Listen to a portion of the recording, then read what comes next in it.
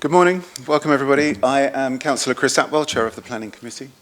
Limited public seating has been made available. However, this meeting is also being webcast to allow the public to attend remotely if they so wish. The public seating area is not in view of the camera used to webcast this meeting. If the continuous fire alarm sounds, please evacuate the room and public gallery by the stairwells. Do not attempt to use the lifts. Assemble by Queen Victoria statue in Guildhall Square. In order to comply with the Guildhall Trust Fire Marshal regulations, anyone who signed in at the Guildhall reception desk should sign out when leaving the building at the end of today's meeting. So may I draw everyone's attention to the fact that this meeting will be live streamed.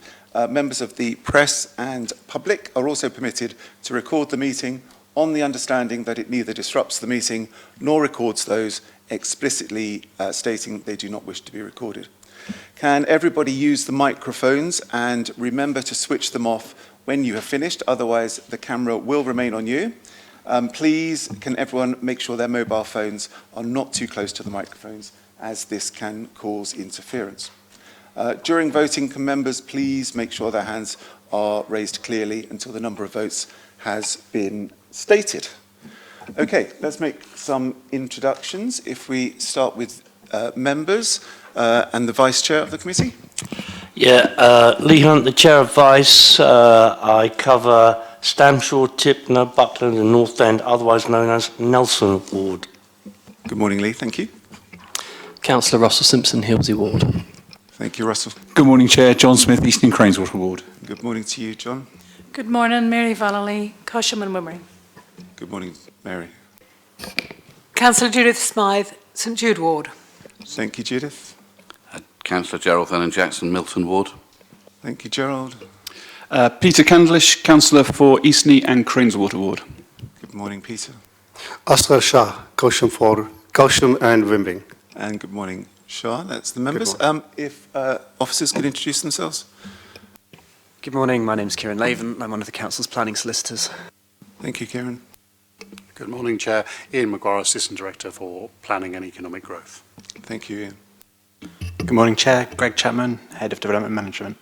Good morning and welcome, Greg, from me. It's our first meeting together. Jane Dodino, Local Democracy Officer. And thank you, Jane. If I could ask people who are intending to speak during today's meeting to give a deputation to introduce themselves, that would be helpful. Thank you. Councillor Hugh Mason making a deputation on the second item on the agenda today. Thank you, Hugh. My name is Simon Hill. I am speaking on behalf of the owners of 170 Chichester Road, 94 Oriel Road, and 93 Gladys Avenue. Thank you. Good morning, Carrie-Anne Wells, and I'm an agent for Applecore. I'm speaking on behalf of 105 Balfour Road today. Thank you. Richard John, speaking on behalf of the residents of Balfour Road. Thank you, Mr. John. Hello, my name is David Muggeridge, also speaking on behalf of the residents of Balfour Road. And good morning, Mr. Muggeridge. Andrew, and I'm speaking on behalf of 7 Daviscombe Close. Number 4. Thank you, Mr. Landrew. Hi, I'm Samuel. I'm from 8 Daviscombe Close, and I'm speaking on the same matter of the 7 Daviscombe Close. Thank you. Good morning, Mr. Cheesel. I'm Debbie Gray, and I'm speaking on the matter of 7 Daviscombe Close. Thank you very much. I'm Julie Harman, and I'm speaking about 7 Daviscombe Close as well. Thank you. Hi, Anna Lindburn, speaking on City Centre North, number 1. And thank you very much. Okay, welcome everybody. Chairman, apologies. Do we have Steve Lawrence, the agent for Albert Road?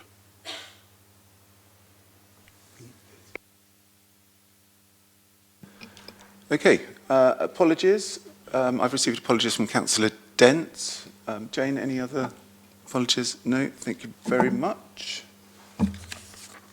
Minutes of the previous meeting, I wasn't... Is that the next one? Oh, no, declarations of interest, why not?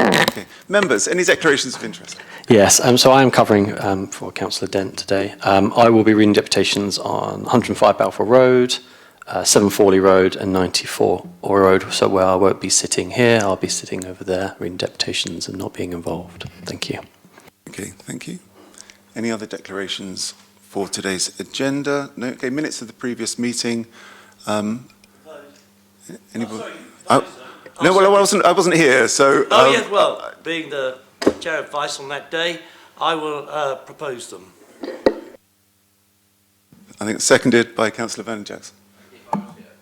No, you weren't here. You weren't here. You can't just. you can't propose things. I think Councillor Smythe was here. I recall that Councillor Smythe was indeed here. All right, so to today's business. We have a slightly amended running order, as is often the way. When I chair, I do apologise, but we try to enable members of the public to get back to their lives as quickly as possible. So the running order is City Centre, as per the agenda. Then Balfour Road, Fawley Road, Albert Road.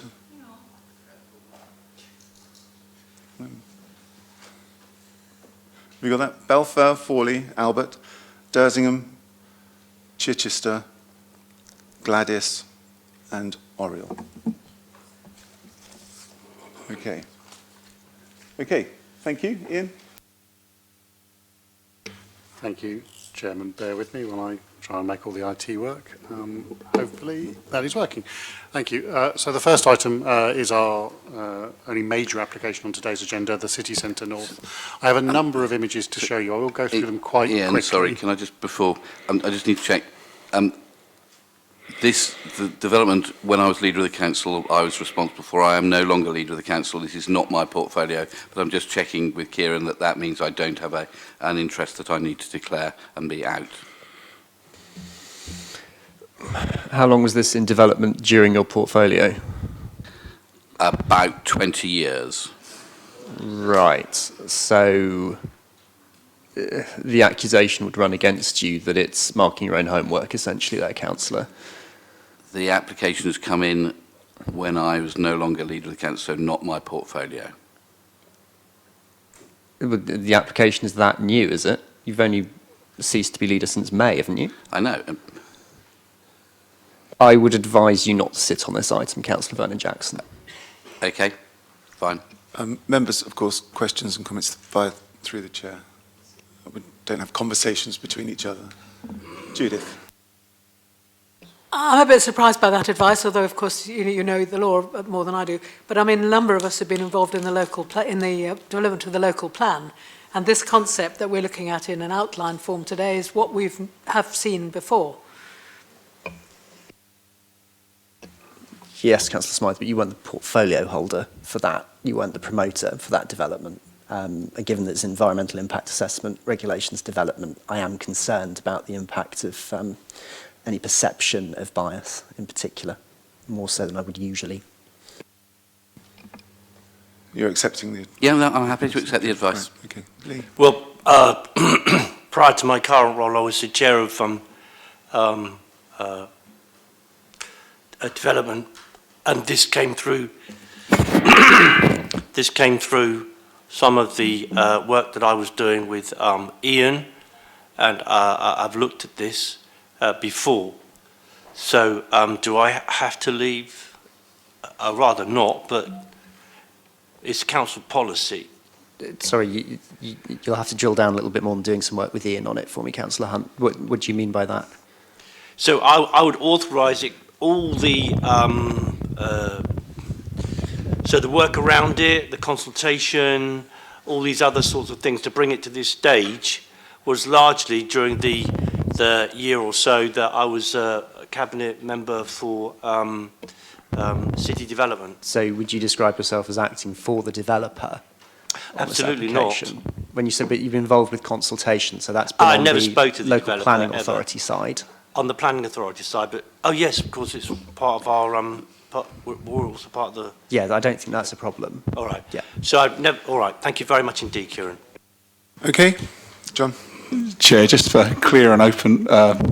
This sort of thing. I used to work for John Lewis and was at meetings with Centros Miller, where when they took the I was at the meetings when they took down, and I mentioned it at a council meeting, full council meeting, about when they dropped the Tipner development, with the city centre development and the Tricorn site, and that. So I've mentioned that. So I'm just I've had nothing to do with the, planning and everything else, but I was involved with John Lewis when they were going to move to the city centre site, and I was at meetings with St Ross Miller, just for clear and honesty, transparency as well. And was that before you were a councillor, from what you were saying? Yeah, many years before. Yeah. Previous life. Yeah. Okay. No, I think that's useful context to set. Yeah. I don't see that giving you a prejudicial interest. No. Thank you. Any more? No. Okay. Ian. Thank you. As I was saying, I have a number of images. I will go through them quite quickly. They're really there to give you that broader context, and we can return to them if members have specific questions. Obviously, these are all taken from the extensive application drawings that have been on our website for quite some time, so I'm sure members are fully aware of them.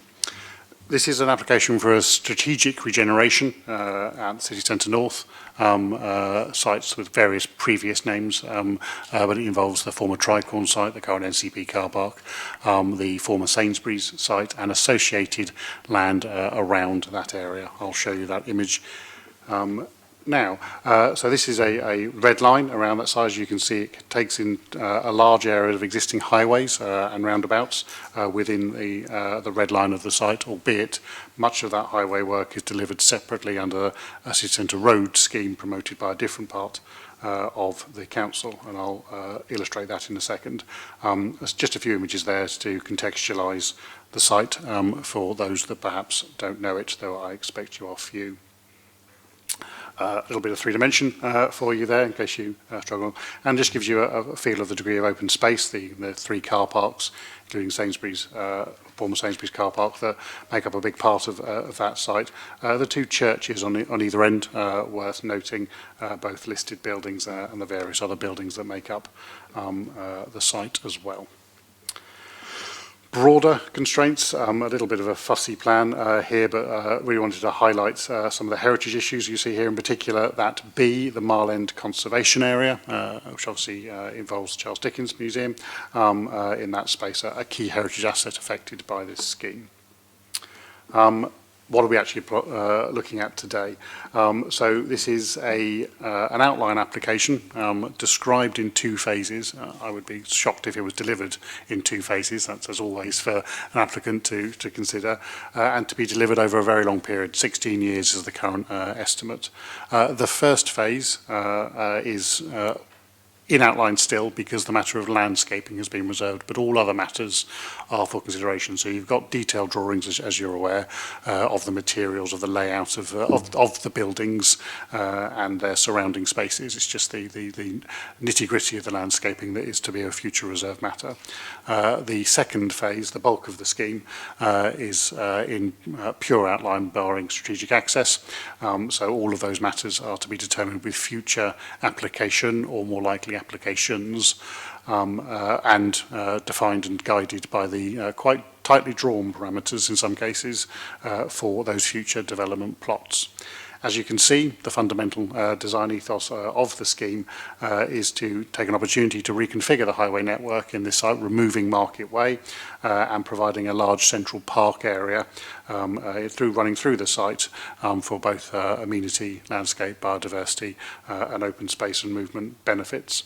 The scheme is predominantly residential, tall buildings, though with a significant amount of commercial space that could be delivered in any number of flexible ways, both within the flexibility of the definition of commercial and service space, but also in lots of small units, a few big units, or any variation thereof. It's an outline application for that second phase. As you can see, there's been a lot of design work that's gone into it. Putting in tall buildings in a regeneration scheme requires that, and you'll have seen that in the comprehensive design statements and environmental statement that underpins this application. Just to give you that conceptual master plan, a bit of a feeling, I've fiddled with this one a little bit, just to make the black star a little bit more obvious. The scheme is a low car scheme and making space and taking the opportunity for substantive public transport improvement. One of the key elements to that is the primary mobility hub that it's made space for. That hub, as part of the highways works, will be delivered through that city centre road piece rather than this application itself necessarily, though obviously it does use the same space. But that primary mobility hub is that big black star in the middle there you can see on Commercial Road. And what a mobility hub is, it's an interchange between, in this case, principally bus services and pedestrian and cycling opportunities. So other opportunities in mobility hubs can be and should be fully incorporated, things like micro-logistics and various service opportunities. You want to be able to get a coffee as you come off the bus, etc., or would normally form the mobility hub concept. So that gives you a feeling of the locations of the plots and the general outputs. You'll see on the left-hand corner there the orange and yellow, which I'm hoping is orange and yellow on this screen, striped area. That is an area that in this illustrative layout, these are all illustrative, I must say, is an opportunity for a secondary mobility hub. So that could be some parking for phase 2. It could be another interchange because obviously you've got an opportunity to connect through to Hope Street there as a major thoroughfare and bring people off. So that's been explored in this illustration, but as I say, that's very much in the phase 2 area and thus subject to future reserve matters. I've mentioned the road changes. These are sort of primary issues, and obviously the strategic access is the matter that covers both phase 1 and phase 2. So you can see on the left there the existing one and the number of roads that permeate that triangular space which makes up the majority of our application site, and the opportunity principally through the removal of Market Way and its tributaries to amend that and create a larger open space, which obviously enables that green space to be the predominant design feature rather than a series of large tarmac roads, which is the current predominant character of this part of the city centre. The development itself within that space created by the road realignment then is 11 plots over, described as 2 phases, for up to 2,300 dwellings, up to 10,000 square metres of the non-residential uses, the flexible commercial and service use E, but also F1 and F2, which is community spaces and education spaces. And as I say, that primary central park, open green public park of 2.6 hectares. I should say that 2.6 hectares is the core green park. There is courtyards and smaller spaces, etc., coming off of that, which we can look at in a second, which makes up a larger amount of a total public and accessible and green and private amenity space. The application has been described in 2 phases, and they are, for consenting purposes, in 2 separate issues. Phase 1 is in effect a full application. As I say, it's only landscaping that's been reserved. That is the 2 C-shaped blocks, Block A and Block B, which have 550 residential units and 164 square metres of flexible commercial and service space. That means the rest of it, and some space around it for parking and landscaping, the exact layout of which, as I say, is the one reserve matter. The rest of the site, which is the larger of the 2 halves, is in full outline other than strategic access, and this would obviously make up the remaining up to 1,750 homes and up to 9,836 square metres of commercial, etc. space. Phase 1, this is the more details, so we've got some more details on here. Looks like that. Again, landscaping is illustrative, so as always, do have to recognise that. But the rest of the buildings are quite clear, and you can see here the general design ethos, those 2 C-shaped buildings opening up courtyards to that southeastern facing direction, and those courtyards would be private amenity spaces for the benefits of those blocks, as well as various roof terraces you can see, which are the sort of pinky colours on there, and opportunity and indeed an intent to provide solar panels for on-site microgeneration across both blocks, which you can see in the blue hatched areas illustrated. Opportunities for green roofing has obviously been explored in this illustration as well. I should say as well as the on and off-site parking, 992 cycle spaces are provided. I'll show you where they are in a second. This is the general layout of the 2 blocks. They vary between 5 and 15 stories in height. The blocks are divided, and if you look at the bottom right-hand image, by something that's being described as the community avenue. This is a probably hard landscaped, landscaping to be confirmed, space that provides part of an open space, and that will connect through onto Flathouse Road and cycle connections going north. But off that space is the concierge for Block B and that flexible community and commercial space opportunities in Block A, as well as the usual cycle bins and access calls associated with buildings. The blocks are then built up thereafter to those varying different heights. Block B is a private block, and Block A is a mixture of shared ownership, affordable rent, and private, as you can see through the different colour schemes illustrated on that top right-hand image. Overall, the mixture of affordable housing is, let's get the right one, 70-30, actually 31% affordable in phase one. And there is a wide range of new homes being provided, focusing on two-bed in particular, as you can see there, only 9 units in the 3-bed, with an overall intent from the applicant to seek more larger units in the latter phases, which is also generally representative of our current housing need, which does focus somewhat more on those smaller units. We, of course, have a need across all different tenure and household sizes in the city.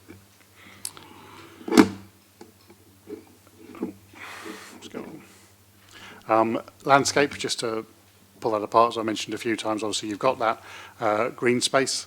Here is the Meanwhile Park, and there's a small other Meanwhile space making up part of that as well. It's called Meanwhile because it will move around. This will be a building site on here and hereabouts for the best part of 2 decades. So they are intending to move that around, and that's I think, a reasonable thing to do. And obviously the management and the movement of those things would have to be considered through the various conditions that are being recommended. But it does deliver substantive open space, as you can see there, nearly 7,000 in that Meanwhile Park space and nearly 2,000 in the additional open space through that community avenue. That's obviously in addition to the landscape buffer along Hope Street and the private courtyards, 3,640 inside Courtyard B and Courtyard A. Car parking, as I say, you've got 330 parking spaces, the majority of which, over 250 or so, are over on the Tricorn car park. That is a temporary intent to make those specifically allocated to these blocks, not necessarily allocated to individual units, I must stress, but they will be licensed out of that NCP, currently NCP managed car park, and put into this development scheme, as well as a smaller amount of on-site parking, which, as you can see, is focusing on EV charging, and in particular those accessible parking, that's the blue badge, and parking needed to support more accessible units. So that's the phase one delivery for parking on the site and around the buildings and across Market Way, as will still exist during phase one on the existing NCP car parking area. As I say, as well as the car parking, more importantly, 992 cycle spaces dotted around in either curtilage structures or within the building majority for both Block B and Block A to provide for residents' needs. Highway works, touching on that very briefly, what we've included this for is just to highlight that within this there is a strip of land that is currently part of the Sainsbury site, etc., that would be safeguarded for a widening and alteration of Hope Street. So the actual roadwork, separate function, doesn't need permission from this committee, as you'd expect. But that's just to highlight there's that strip of work, strip of land across there, which will be safeguarded for Hope Street improvements with that complementary piece of work, and also helps give you some broader context for where parking will be provided. Touch on biodiversity enhancements, just to mention this, while this is not yet a legal requirement to have a specific percentage of biodiversity net gain, nevertheless phase one has targeted 53% enhancement for habitats and also some hedgerow opportunities, and phase two coming in would have 45% biodiversity enhancement. We're taking a urban part of the city and turning it majority or significantly into a public park biodiversity enhancement, so therefore an opportunity the applicant has taken up.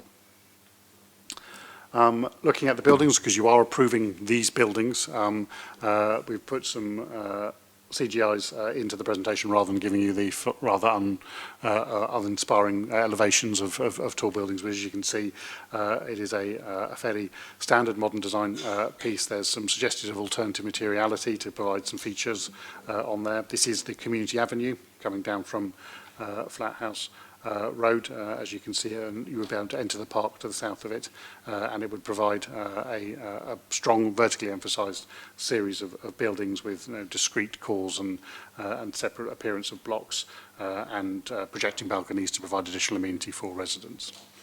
So that's the Flathouse direction. If you're coming further out. I'm sorry to interrupt you, but Councillor Simpson's just left. I don't know if you wish to pause for his return, or else he's not going to be able to participate any further.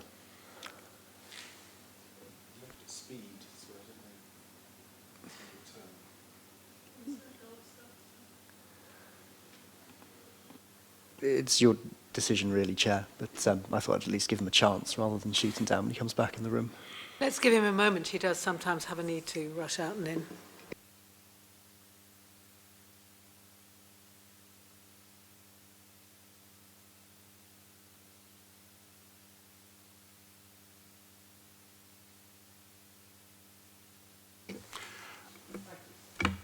So this is a view from further out. This is looking into the site if you're along Hope Street, so you can see the tallest part, which is around 15 stories, of Block A there on that sort of opening gateway feature. So you've got the Block A sort of, gateway building as you come into the site.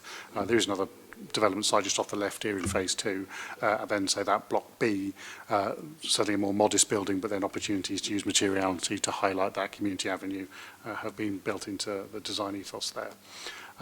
Going back further, Flathouse, that gives you a sort of street scene along Hope Street to help illustrate that intention. And then from the other side, standing in the park looking back at the Block A courtyard, and you can't quite see it because of the angle, the Block B and its courtyard there, and the comparative scale of buildings as they open up onto the new proposed public park, which would obviously be the Meanwell Park in phase 1.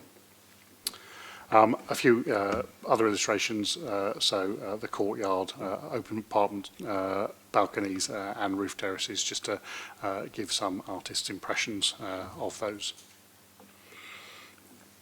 Phase 2 also being approved. This is the one that is effectively in full outline, barring strategic access. So this makes up the remaining bulk of the numbers, so up to 1,750 residential units and 9,836 square metres of commercial. As you see, it also includes some potentially much taller buildings, up to 87.4 AOD on plot 9, which is this central building here. That's about 25 stories as a scale parameter, and a range of different scales as you move around the building, and picking up some of the other challenges, obviously integrating the Charlotte Street and Commercial Road access point in this side, and dealing with the sensitive receptor for St Agatha's Church in the bottom end, and the sensitive receptor of the land in plot 11 and plot 8 of Mile End Conservation Area, which is just off the north of this image. As I mentioned, this would also have the opportunity for one or more mobility hubs to support the movement requirements of future residents and users of the site.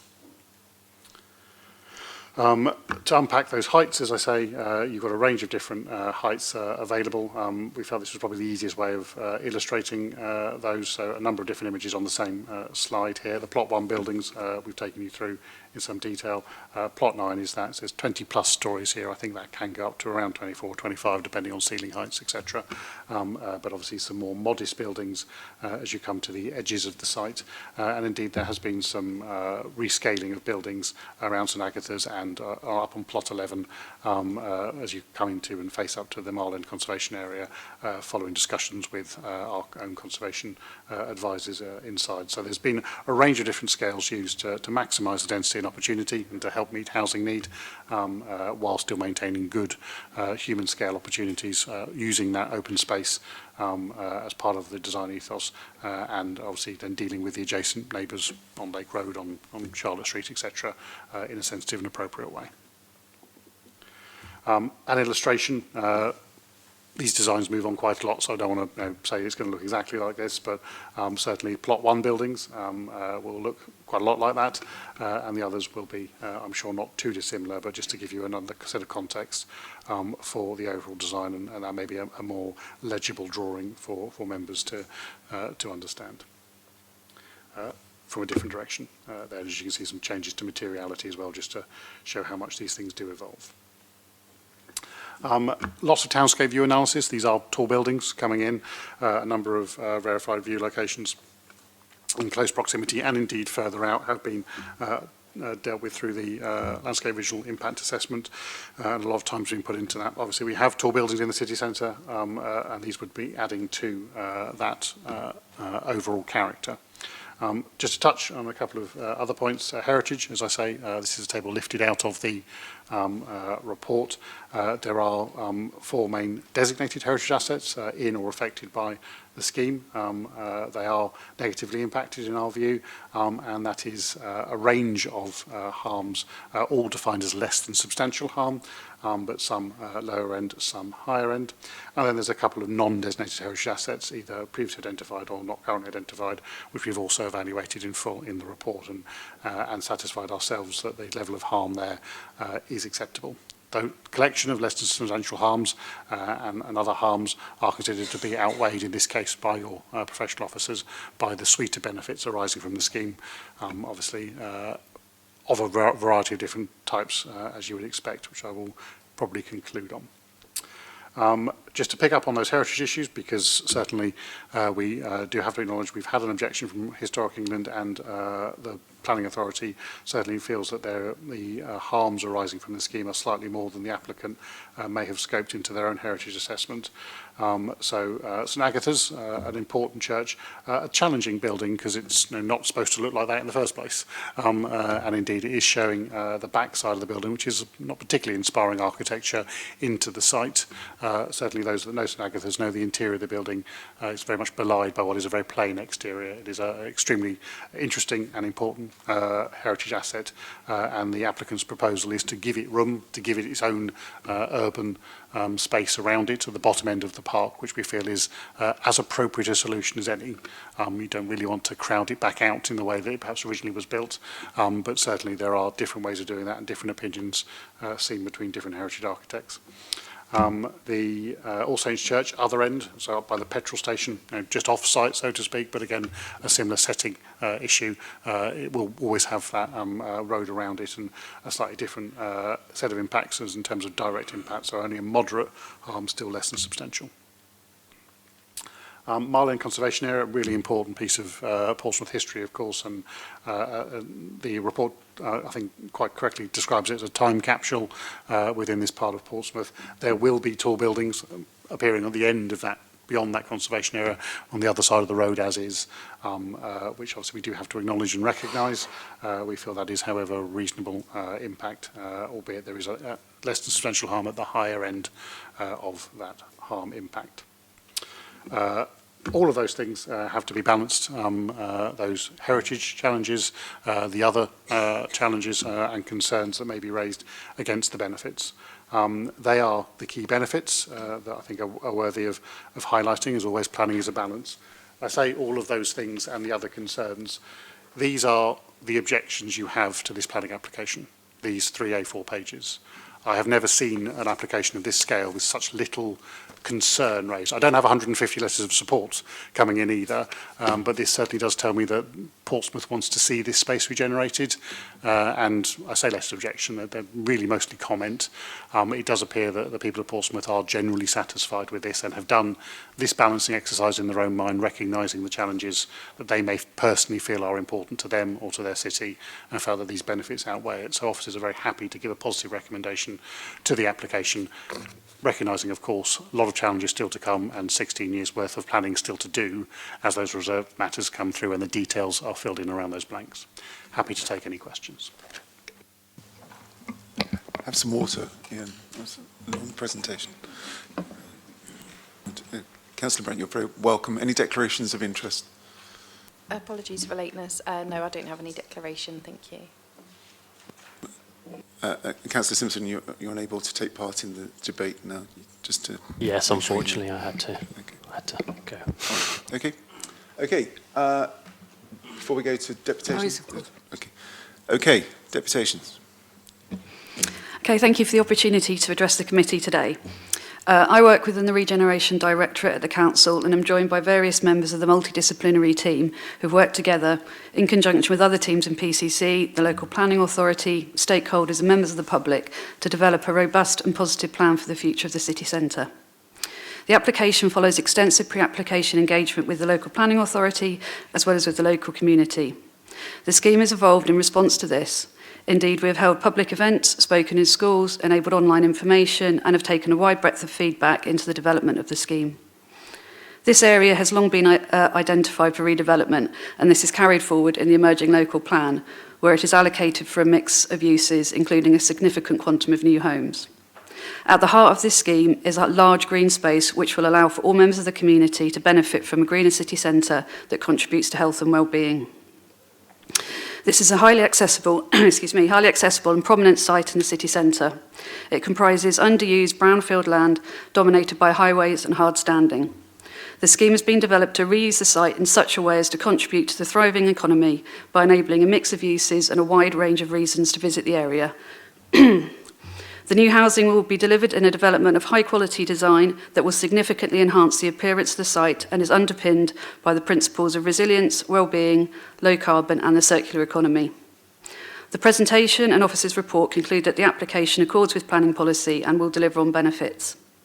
The report also acknowledges that the delivery of such a large development is not without its challenges. Clearly, the overall scheme requires changes to the highway, and this is something we have invested significant time working with highways and transport teams. A master plan, by its very nature, provides flexibility in its delivery. This scheme has a delivery lifespan of around 16 years. One of the key aspects of the highways changes is to plan the detail at the appropriate time to take into account the needs of the highways infrastructure at the time of the phase delivery. By doing this, the detailed design can be cognizant of modal shift, changes in technology, and the use of a variety of transport provision. By approving the scheme today, the committee will enable this to happen. Excuse me. The team also acknowledges feedback from heritage colleagues that this presents a level of harm to some heritage assets. Therefore, the design has been revised to reduce this and place the scheme appropriately in a city which has such a wide and varied historic and cultural foundation. We believe that this proposal meets the needs of the community, stakeholders, businesses and visitors through excellent design and the provision of large green space which can be used to enable a healthy and happy city. Its inherent flexibility means this development can be delivered in a way which is suitable and appropriate at the time each phase is to be built. It will contribute significantly to the thriving economy and places an aspirational marker not only for the city centre but the city as a whole. Thank you for your time. Thank you. Members, Councillor Smythe. I just wanted to ask a question to clarify the status of this application. This is a sort of what I would understand as a pretty detailed outline planning application. Is that correct? And would we have a chance to come back later and look at the details of materials and some details of design, which I feel would be beneficial? My questions are informed by having visited London very often recently and seen very similar developments going up, say, the north side of Burgess Park, going up north of King's Cross. And some of the developments are similar, different heights, which I quite like, and but there's more variation in some of those schemes in materials and colour. So the first phase, blocks A and B, is in full detail, so there's little more to discuss in there. The majority of the blocks in phase 2 are effectively in full outline. While there are quite tightly drawn parameters, plus or minus 5 metres is pretty much your largest variation on the plot layouts.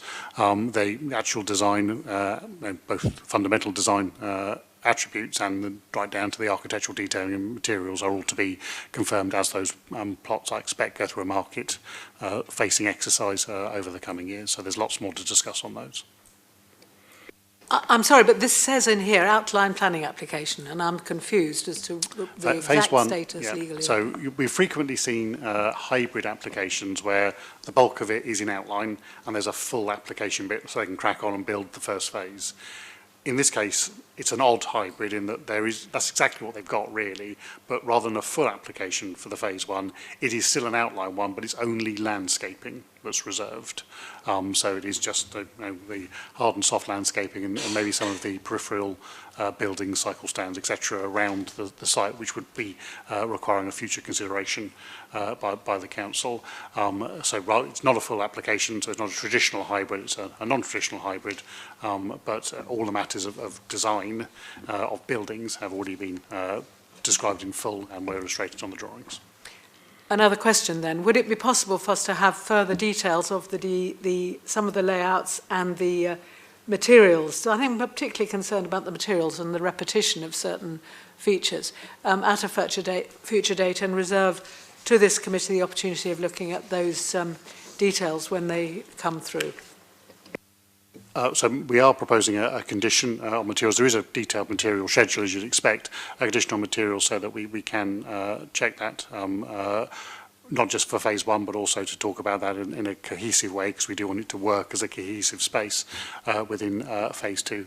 That need not come back to committee, and clearly as and when an application is made for either phase two submissions or to confirm compliance with any materials conditions that is imposed, clearly that members can bring that to committee if they do feel that is necessary.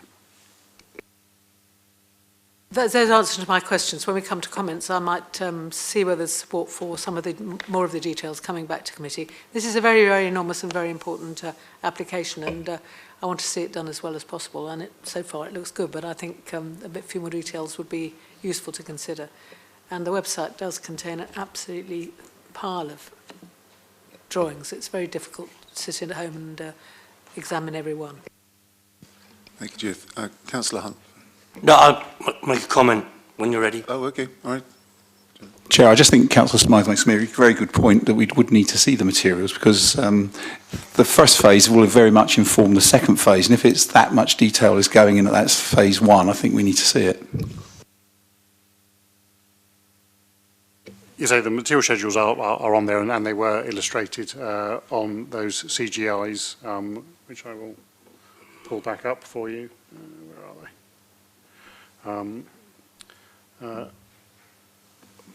That is them with the, I would say, rose-tinted lenses, but the pragmatism of CGI and artistic improvement. That is the nature of the materials that are proposed. So that's the scheme. So we are proposing a condition to require individual approval so that we can look at those in more detail if necessary. But that is what you are approving today as a planning committee.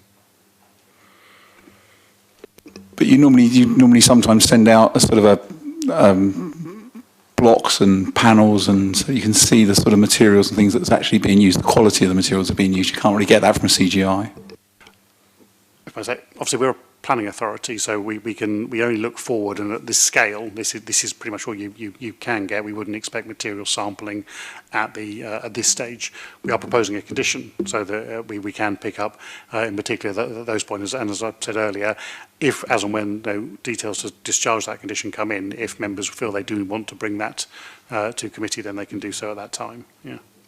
So, Chair, that's what, picking up on what Councillor Smythe, that's what I'm trying to get to, is I think that would be, given the size and scale of this development, the fact that the phase one will inform very much phase two, because you're going to take the same sort of materials into phase two, I would suggest, I might be wrong, but I would think that's going to be the case. I think it's important that we do see that. So I would back up what Councillor Smythe said. It appears to be the will of the committee for that to happen, for it to come. If I may, just to be absolutely clear, I've got no problem if at the time they're submitted, if the members want to do it. What I'm not going to suggest now is that this committee seeks to bind a future committee. I would remind members this, of course, is a PCC application at this time. They may sell it on. There will inevitably be substantive community and public engagement by the developer, whether it be PCC or private, on those sorts of details. May well be that as and when they're then submitted to us, I'm just rubber stamping it because everyone in the world is absolutely satisfied it's gone through a lot of public engagement. So to prejudge that would have to come to planning committee now, I think would be premature, to say the least. but you're aware that that's the thinking of the committee. Councillor Vallely. Is it basically painted concrete? No, majority of it, I believe, is a panelled system. There's a variety of different issues there. We've got a mixture of different materialities, of course, and obviously that will vary as well depending on which facade and which issue. But no, I would doubt there's much, if any, painted concrete. There'll be some render in there. There's some slip panels, some cladding, depending on different issues. But a variety of different materials, not just colours, to give it that texture and interest. Comments?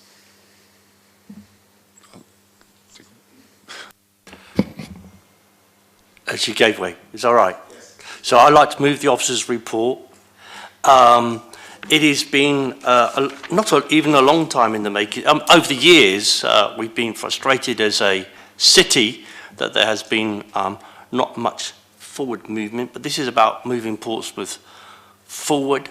It's the first of three, so City Centre North, City Centre and City Centre South. City Centre South, there's work happening already around Victoria Park. So this is going to be kind of a UK first.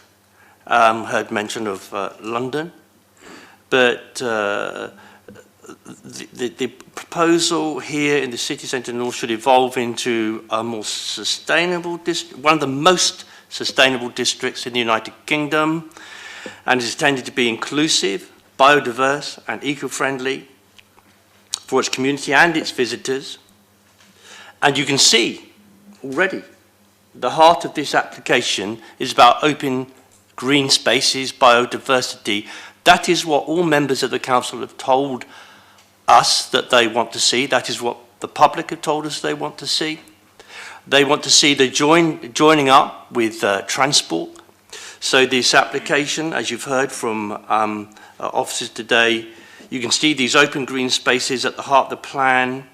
It's the council's aspirations for sustainable communities, better connectivity, and greener travel, which I've mentioned. And we've seen Councillor Gerald Vernon-Jackson and Lynn Stagg before him bringing forward all these new innovations around green transport, around greener buses, electric buses, and so on. And this plan joins up with, as I say, the South East Hampshire Rapid Transit Scheme and Portsmouth Transport Strategy. What it's going to do, and I don't want to see us frustrating the officers' work, you know, this is a city council application. We're not going to do things in here which hacks people off. We need to build homes. We know full well that the probable incoming government is already indicating that it may well take planning, the ability of local planning authorities, decision away if we continue to frustrate planning applications. They have made it very clear, and the outgoing government have made it very clear, and even the Liberal Democrats, we've all decided that house building has to be a priority for the next 10 years or so, and this is part of it. But we've been ahead of the game, so here we have an opportunity to involve those heritage assets, and I'm absolutely convinced that St Agatha's will now grow and it will become an absolute beating heart in the middle of these new communities. A massive opportunity for St Agatha's and indeed the other heritage sites around, including the dockyard, including Charles Dickens Museum. To talk about Charles Dickens, to promote the heritage and the creative industries in our city, it's going to be an enormous benefit to our city. And perhaps for many of us, above all else, is going to help with the air that we breathe, because it cuts out Market Way, it creates a circulatory transport system, it equalises cars with pedestrians and cycles and buses. It is not about favouring one nor the other. It equalises those modes of transport, which is really important, I think. So I'm very happy to, for all those reasons, to move the officer's report, as I said just now. Thank you. Councillor Hunt, Councillor Smythe. Thank you for that, Councillor Hunter. I fully endorse your enthusiasm for this. I think actually I like the development. I think it's going to be very good, and the strategic intentions behind it are absolutely admirable. But I maintain my position that I would like to suggest that we add to the draft conditions, and we've only got headings of those, the need for us to have a look at the design code, number 2, number 5, materials, number 16, 17, 18 and 19, which is about trees, biodiversity, landscaping. Now, for 2 reasons I want this. One is that I don't want us to find ourselves in a Plymouth situation where they've had a terrible time trying to get approval for taking down a number of, actually what I gather are not very useful and not particularly grand or wonderful trees because of an inner city development like this, and I'd like us to therefore endorse decisions made by officers here. Second of all, the places I go in London and look at this, materials are all. I've said that I like the basic layout, I like the variation in heights. I'm not by any means wanting to undermine anybody's work, but I don't want more of the conversations I have with people in the street as I'm walking around in Southsea, who says, well, the materials are horrible, and why didn't you have a look at this, and how could the planning committee put this through without looking at the details of some of the materials and colours? And, you know, I get that quite a lot. I don't know if others do, and I don't want this time for this absolutely enormous, strategically important scheme to go by without us having an opportunity to look at those details, because as Councillor Hunt said, what happens to phase 1 will affect the rest. This isn't about curbing people's, the officers' work, which I think has been splendid. I commend the whole team for this, but it's not commendable to cause unwittingly difficulties for us as councillors, as the planning committee, and to bring the planning committee into disrepute for not having taken account of those details that I've highlighted. So I propose a condition that we say that we would like to have a chance in planning committee to have a look at those items. Number 2, 5, 16, 17, 18 and 19. I think myself, I'm satisfied that the rest of it will be done right. I'm satisfied with what's been said about heritage, and I commend these plans. But I don't feel happy walking away from this committee and not being able to have a look at those other aspects. And I think the scheme will go through more smoothly and be more popular and more better understood, despite the additional consultations that people will do. The consultations done by a developer, be it the City Council or anybody else, are not quite the same as the consultations we would do as a planning committee or ascertain have been done.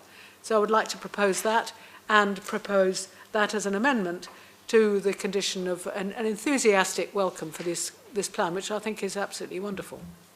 And Councillor Smith, can you just clarify the condition numbers that you are proposing? Number 2, well, it's the design code, really. 2.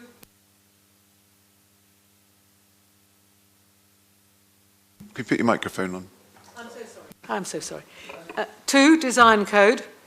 5, materials. 16, 17, 18, 19, which are all about landscaping, tree protection and boundary treatment. Thank you. And I don't expect more detail than we'd get in a normal planning application. In comparison, we seem to give less and less attention to the bigger developments, and I feel that is not right at this stage. Chairman, apologies. If I may just be absolutely clear, that we can't impose a condition on the decision as described. That's a separate motion. I've given my advice. I feel it's entirely unnecessary and premature to do so. That's my professional advice. But obviously there's the motion to determine the planning application on its merits. And if members then wish to table another motion that is about administration of the delegate scheme of delegation, that would be a separate motion and dealt with in that way. That would be perfectly acceptable to me. Well, let's see what other people have got Chair, to say. I was going to just back up what I said earlier, really, and would second that, what Councillor Smythe has said. Okay. All right. Any other comments before we decide what we're going to do? Okay. Kieran, what's your advice? I'm a little bit confused about how your condition that you're articulating, which is the condition to 2, 5, 16, 17, 18, 19, a condition binds a developer, not the local planning authority as such. I've learnt now from Ian, and thank you very much, So, that we could only do this by the motion afterwards. Yes, okay, a motion. Yes, something minuted and informative at the absolute most. Okay, so in that essence, are you abandoning your motion aside from the fact you obviously want a separate motion, but in terms of the substantive business today and disposing of the planning permission application? I am indeed, having accepted advice. Yeah. But I don't want to do a motion and then have the whole thing about. I don't want to approve this without any comment, unless we will do a motion straight away afterwards to agree that we can see those other details, please. Yep, I'm sure as long as the chair is happy to do that, that's acceptable. Yeah. Well, isn't it, what do the rest of the committee think? Personally, I say it's a City Council application. I don't think the City Council... Anyway, we've heard from the officer we'll be able to bring the details back in any event. So it just seems to me duplicating what we can do in any, already. Okay, thank you. Lee, Peter, did you have... I haven't been involved in developing this plan at all, and I'm coming to it cold. So I'd agree with what's been said, that I think it's a fantastic scheme, exactly the sort of thing that we need to be doing. However, I think the sense of the committee is that we want to look at the detail of the material in slightly more detail than we have it now, and therefore the proposal to have an immediate proposal to enable that, so we can pass this and then get the second thing that we want, seems to me a very reasonable way to progress, if someone can tell me the technicality of how to actually achieve that. Well, that appears to be the will of the committee. How do we do it? Right, so I'd suggest that once you've decided on the substantive business, i.e. the planning application, you then, Chair, propose a motion for the that expresses the committee's wish to see the named conditions discharged by committee and place that within the minutes. All right, okay. Okay, unless there's anything else that... Well, we haven't got a seconder for the proposal, by the way. I think Councillor Vallely got in. Smith was seconding. Sorry, no, the separate motion. Ignore me. For the substantive motion? Yeah. Okay, all right, okay. Unless there's anything else, we'll move to the vote on the substantive motion. Those in favour?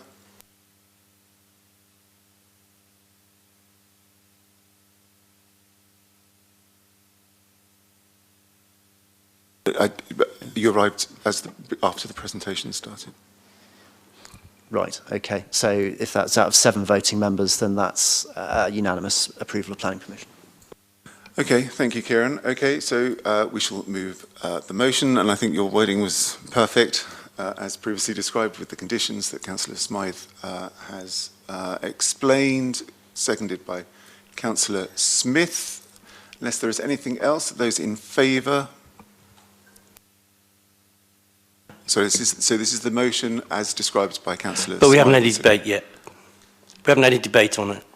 I felt we discussed it. No. Let's go through it formally. Councillor Smythe, propose it so the floor is clear, get a seconder, and we'll go from there. Okay? Okay. If you could do it on with your microphone on so everybody can... To propose the motion, and that will make it easier for me to answer questions from our various architects around the place. When I said they accuse us of not looking at those details, which are so important. So the motion is that we have the planning committee has an opportunity in a timely way to look at and discuss the design code materials, which is item 2, draft condition 2, draft condition 5, 16, 17, 18, 19. Because, and this isn't part of the motion, but I believe that could get us out of a potential Plymouth sort of situation. Thank you, Judith. Chair, and as it previously stated, I'd be happy to second that on the basis of what I said earlier. Thank you. Okay, we'd like to... Any questions? Right, well, this isn't Plymouth, and we're not that kind of authority. We do things consensually. I must say, I'm a little disappointed because and I understand where you're wanting to get to, but we have the example of the sea defences, where it's great to see what's going on, but we get told every week anyway by the Coastal Partnership Scheme. So we oblige officers to do more work and create more reports to bring back to this committee, which we know people want their planning decisions decided more quickly than now. And yet, here we are, another proposal by the very members that tell us we don't get on with dealing with planning applications, and we're going to bog the officers down with yet more red tape and bureaucracy, when we know that already the details that we expect to see will be brought to us if we need them. So I think this is red tape and bureaucracy. I trust that our officers, they have brought us a very good planning application that we've just seen previously. We've all had a chance to be involved in how this evolved. And now to then say, you know, you can't keep coming to the council and complaining the planning applications are falling behind when you keep creating unnecessary work for planning officers to do things. You can't have your cake and eat it. And this is the very reason why Keir Starmer has said that he's going to remove this decision-making from local planning authorities. It's because of this. Because I understand that you're very well intentioned, but we need to get on with these things, not hold them up. So yes, I am a bit disappointed. I understand where you're coming from, but I say this, you've only got to look at the Coastal Partnership to see how it has made very little difference in bringing all those decisions and those details about plants and about natural habitats and the colour of this or the colour of that back to the committee. We've done a good job today, and I think we're just tending to take the edge off it a little bit by saying, actually, we don't trust the application, which is the City Council. Okay, thank you, Lee. Councillor Smith. Chair, I totally hear what Councillor Hunt says. You know, under normal circumstances, we don't want to slow up things, but this is a very large development, a massive gateway to the city, roads going round it, how it looks to the outside, inside. I won't go into all that now, but it's a big, big thing. And he mentions the coastal development. The past predicts the future. The first bit was done down at the moat, and then the rest of it's going to look very, very similar to that. So I think it's important that the first phase, the design and the materials that used, it will predict the second. It will predict what the second phase is, and I think it's important that we see it in this case. We're not trying to make it slow things down. I think this is a big, big development for the city, and I think we should see it. Not about cancelling things, slowing things down, or anything. I think that's a side issue. Thank you, John. Well, let's see what we think. Judith, you want? I'm not going to say anything. I found some of that intervention a little bit insulting and generalistic. I still stand by my request for that motion. Well, we have a proposal. We have a seconder. So unless there is anything else, we'll move to the vote. If I can just provide one set of commentary, just because, as Councillor Smythe has highlighted, we haven't given you the full wording of these conditions, so you are promoting conditions you haven't seen, which obviously does add a complexity to that. This is, of course, the proposal is to have a material conditions, all conditions covering all these phases. So a motion in this nature, as I've said earlier, as submissions are made to the council to comply with conditions to discharge a brick sample, for example, you already have the right to bring that individually if you're not satisfied with it to committee. So this would be a duplication of that right, that prejudging that they must come to committee for the next 16 years. So it is a substantive amount of additional work for officers. If you feel it is worthwhile, necessary to do, that is of course your privilege, but I would stress this is a significant additional burden to do the work of negotiating materials, design coding, etc., and then bring it to this committee each time and there will be multiple submissions under these as different phases come through in those outline phases. I must say I don't need and I don't expect all those details. I expect just something more than we have at the moment. Lee, all right, I'll come back in. I don't expect to see brick samples, although in the old days when I was a planning officer we used to give them to people to look at. I don't expect that. I don't expect every single detail. What we've seen is a very, very small CGI recreation. I just expect to have something bigger and slightly more detailed. So I'm really not asking And you know, a little bit more detail about what trees are going and which trees are going to be planted and how big they're going to be. The sort of thing we get in an ordinary smaller planning application all the time. I really don't want to ask for lots of things, and we have said that the most important thing is to see phase 1, because as we've all agreed, it will dictate the ongoing phases. Absolutely, it is not the case that my motion in any way wants to see every single detail of everything. I want to see a little bit more than we've got at the moment. Okay, we're going to have to make some progress at some point. Lee first and then... All right, like I say, I really understand what you want, and I understand the reason for it, but you've heard from the senior planning officer, this is 16 years of work ahead of us. The question I have is, which details would you... Well, it is 16 years of work ahead of us. It is, the building. Which details are you going to want to see? Is it the trees? Is it the type of trees? Should they be indigenous? May they be floral? And then you're going to be talking about the seating. That is the detail we've got to with the seafront application where the... No, it's important. But we're looking at the seating, the colour of the dimples in the seawall, a whole host of different things. And this is an enormous development, one of the UK's biggest developments. And if we're to have it continually brought back to the committee, the people who are doing it won't be able to do it. And I do hesitate because, you know, potential developers may look at this and say, well, actually, hang on a minute. If they want that much detail and I've got to keep running backwards and forwards to the planning committee every 5 minutes, this is going to cost me X, Y, and Z. This is going to cost the council X, Y, and Z. So I would caution you. I mean, I'm not going to vote against what you want. I will abstain because I think I really should vote against it, but it doesn't seem to be what you all want. But be careful what you wish for. You know, are you really gonna, you've heard from the planners, he's a senior planning officer. The guy knows what he's talking about. He's saying this will involve a substantial amount of work for officers. And when the planning applications come forward from residents in Southsea or Stamshore or whatnot, or Cosham, they say to you, oh, I'm sorry, you're gonna have to wait 9 months for this application now. You know, you can't keep loading work onto our officers. It's what you are doing. We're way behind already. We're trying to get better. We've had to change the city's constitution, and yet still we see councillors frustrating us with calling in things that don't need to be called in. And it's a big problem. We need to get on with things, not keep holding things up. Thank you, Chairman. John.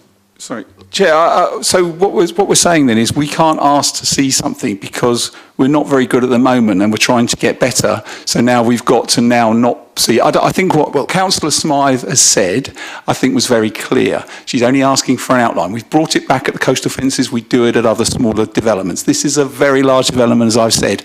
I was not saying, anything I've said this morning, rerun the tape about the whole 16 years. So that was a throw-in, which was not required because I'd said we only wanted it for phase 1 because the past predicts the future. It will inform the further site. So 16 years was never in question, and that was what the point was made. So we'd like to see an outline, because it's a big development, we'd see it in a smaller development. The fact that we need to try and get better, we're not doing very well at the moment, is not something that we should then brush this aside very quickly when it's a large-scale development and design is important in these things, as have been said. So that's what I'd like to say. Thank you very much. Yeah, no, thank you. And I think, Peter, have you got something? I mean, we've got a motion in front of us. We're going to have to...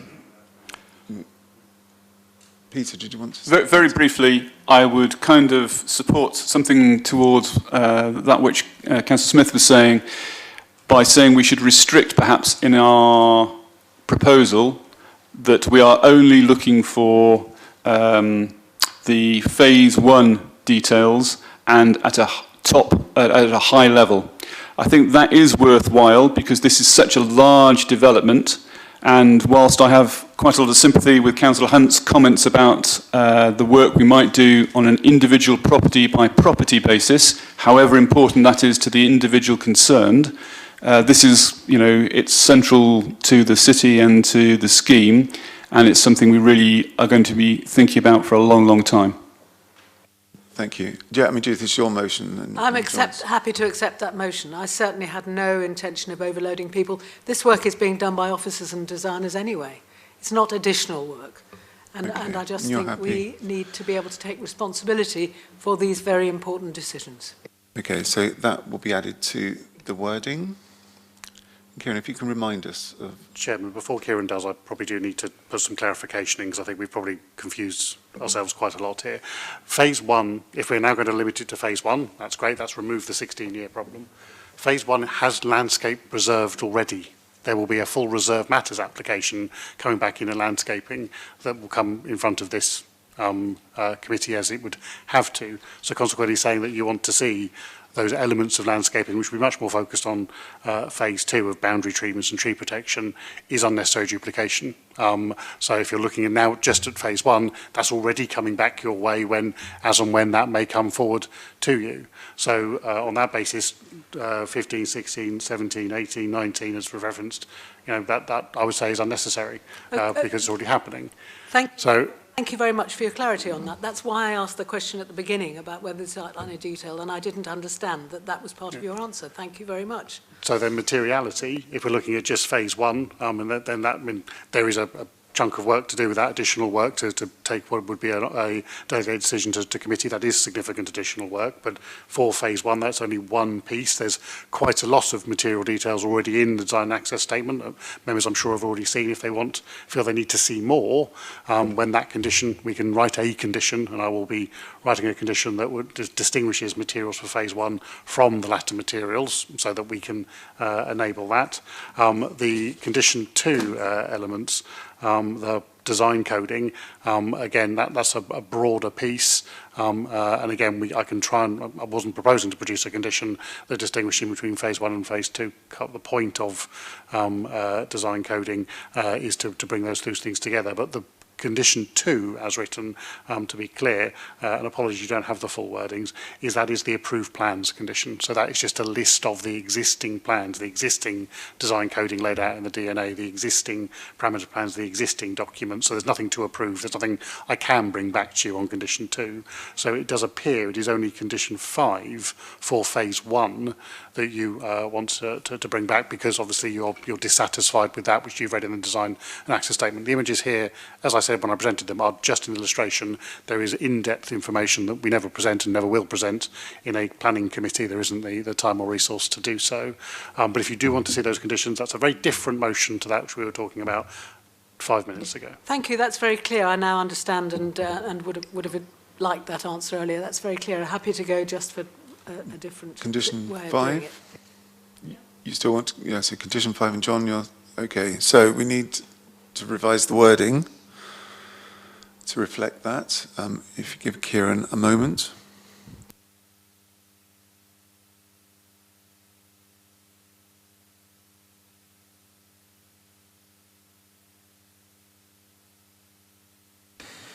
Right, then, so Councillor Smythe, the motion you appear to be putting is that the committee wishes to consider applications for discharge of condition 5 in relation to phase 1 of the development, and insert the appropriate planning reference number. Okay?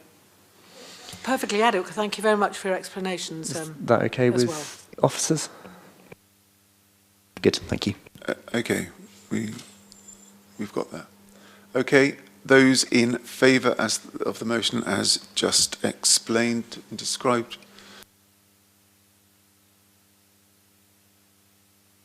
Unanimously in favour. Thank you, everybody. Thank you. Okay, we move on to Balfour Road.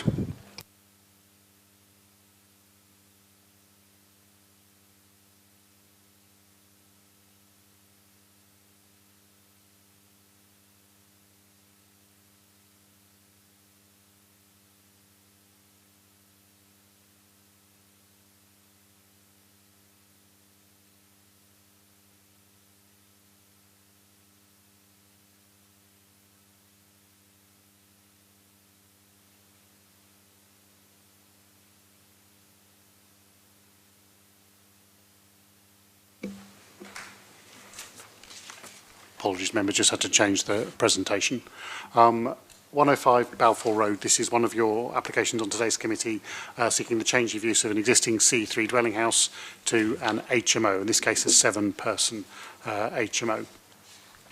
I'll take you through the report. There's Balfour Road, mid-terrace property. The usual images there.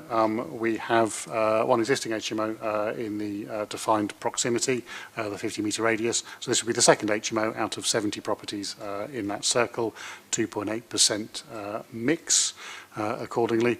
That is the existing plan. You can see a rear conservatory there. That is to be subsumed into a 3-metre permitted development rear extension, as well as the if you will, the normal set of roof extensions through dormer windows that we've seen in similar applications.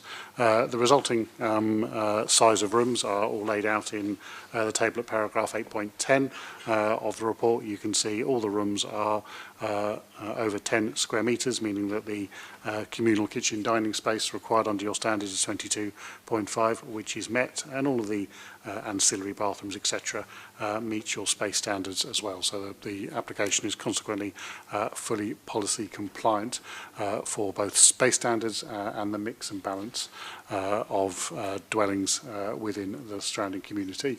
A few images, I'm not sure how helpful they are, of the building when the case officer visited it, so I'll probably just leave you on that mix issue. Happy to take any questions. We do, of course, have two objectors and Councillor Simpson giving representation and the applicant or the agent here as well. Thank you, Ian. Mr. John, are you ready? 6 minutes to give your deputation. Good morning, everybody. My name's David Mugridge. I'm here on behalf of Sean, who's one of the next door neighbours. Unfortunately, all of this has got to his health and he's unable to come today. Our big concern, obviously we all understand fully that we need more spaces in Portsmouth. The 15-metre circle is great on paper and it looks lovely here, but if you actually extended it by 10 metres, you get at least another 4 HMOs. Our big concern in our road is that it's a family road. We haven't got a lot of parking spaces anyway, and since we've lived there in 10 years, we've had the old Stubbington doctor's surgery, that's been converted into HMOs, lots of other units all around here, and the parking has just got worse. I'd like to know how you actually control the parking, because it sounds like you give permission and then you go away, and all of this, it sort of says that nobody's going to have a car, but in the real world you do. In our road, we've only got one person who rides a bike. It just seems that somebody is not being nasty, is actually in the real world. You know, we were late this morning because the toilets got blocked up, because as you're all aware, we're on a combined system in Portsmouth. All our houses, as far as I know, nobody else has got 8 toilets in the house, but this new one's going to have 8 toilets, which is going to add considerably to lots of problems. The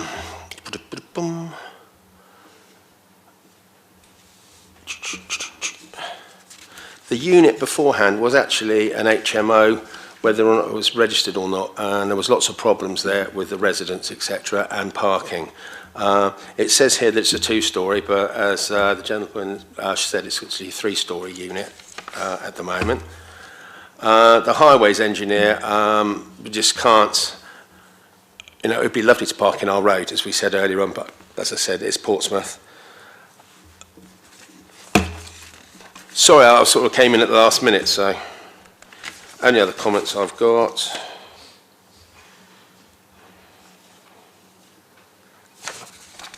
Well, that's basically me, so I'll introduce you over to Richard, John. Thank you. Who's going to fill it in.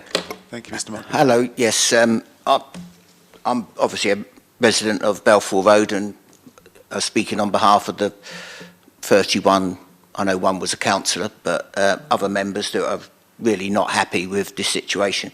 And as my colleague said, that in Stubbington Avenue there are 2 just literally around the corner HMOs, and the old blind school is a HMO. Yes, I know they say all parking's not a problem, but what happens when we start to move to electric vehicles and there's, you know, electric posts that people can't actually park their car outside of because there is no parking space? I'm concerned about the female population in the street that have to park 3 or 4 roads away at night and walk back to their home. And unfortunately, it's always been a lovely area, and houses will just, you know, HMOs are just really destroying the family house. You know, the family house in Balfour Road has always been, it's in a catchment area of 2 junior schools and obviously Mayfield School, which how are parents be able to move into areas? I moved into Balfour Road because I wanted my kids to go to Crofton and Lyndhurst Road School and then follow on from there to another school. If they're not able to buy houses in Balfour Road or roads around, I'm totally against HMOs. I think it's a terrible situation. They're not going to be, and then schools will have the problem where they've got to start to expand their catchment areas, which is, you know, disaster because it just confuses everything. The idea of a catchment area is people in there are guaranteed to have their kids go to the school. It doesn't happen. As far as drain's concerned, my house has the main drain running underneath my house.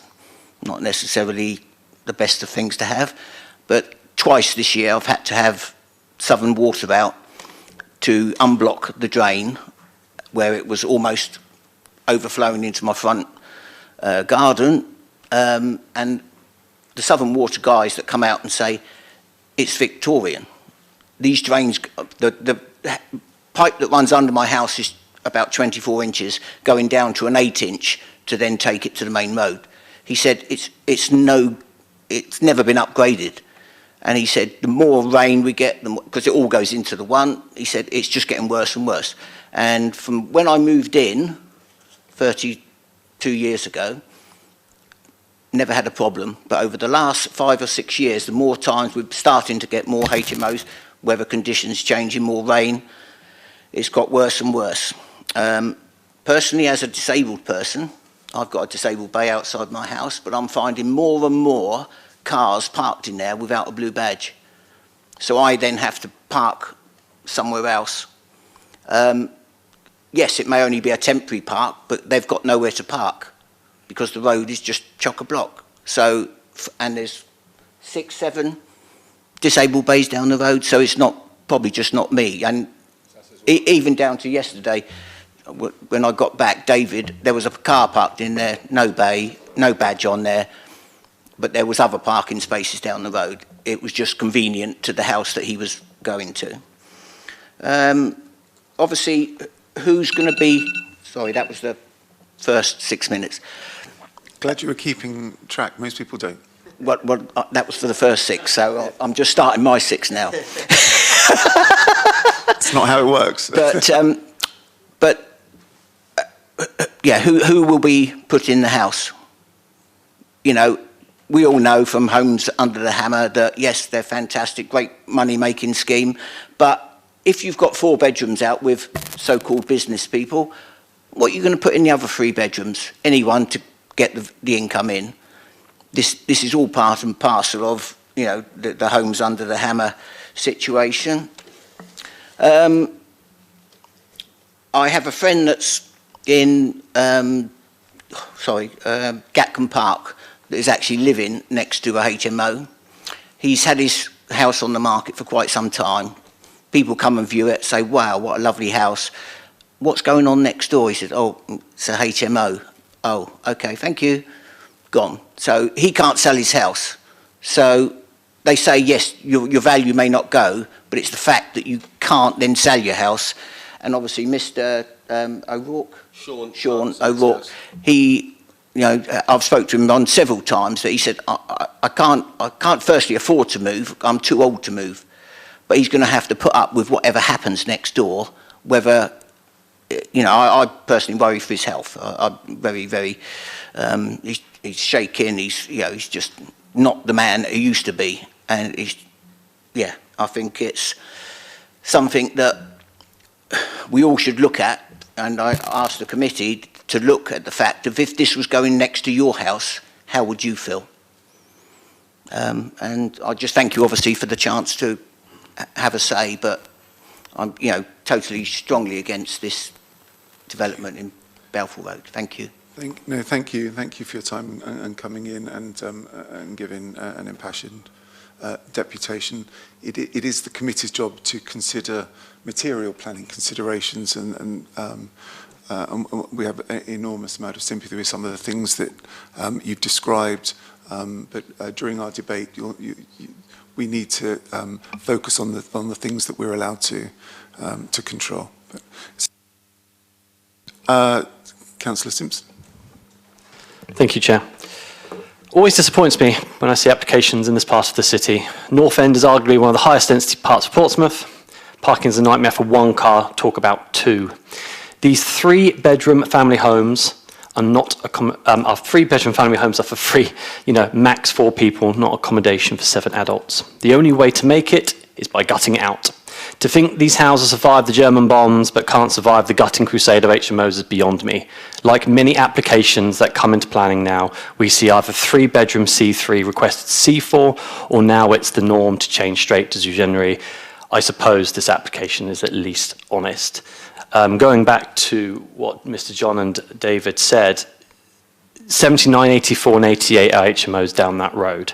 I appreciate our system is 10% with a 50-metre radius, but there are no rules to really protect roads from copping the lot. And that's kind of one of the issues really here, is that the database doesn't, they say it's close, but it's on the same road, as well as the fact that we've got, the Blind Association, which was changed, among other things that's changed around it. So it's getting more dense. This application has had 30 objections from residents highlighting parking, strain on rubbish, drainage, erosion of community spirit. And I say erosion of community spirit because that's been going on over and over again all across the north of the city, especially in Hillsey and Cotner. People saying, we just don't feel it's community spirit anymore. It's changing and not changing for the good.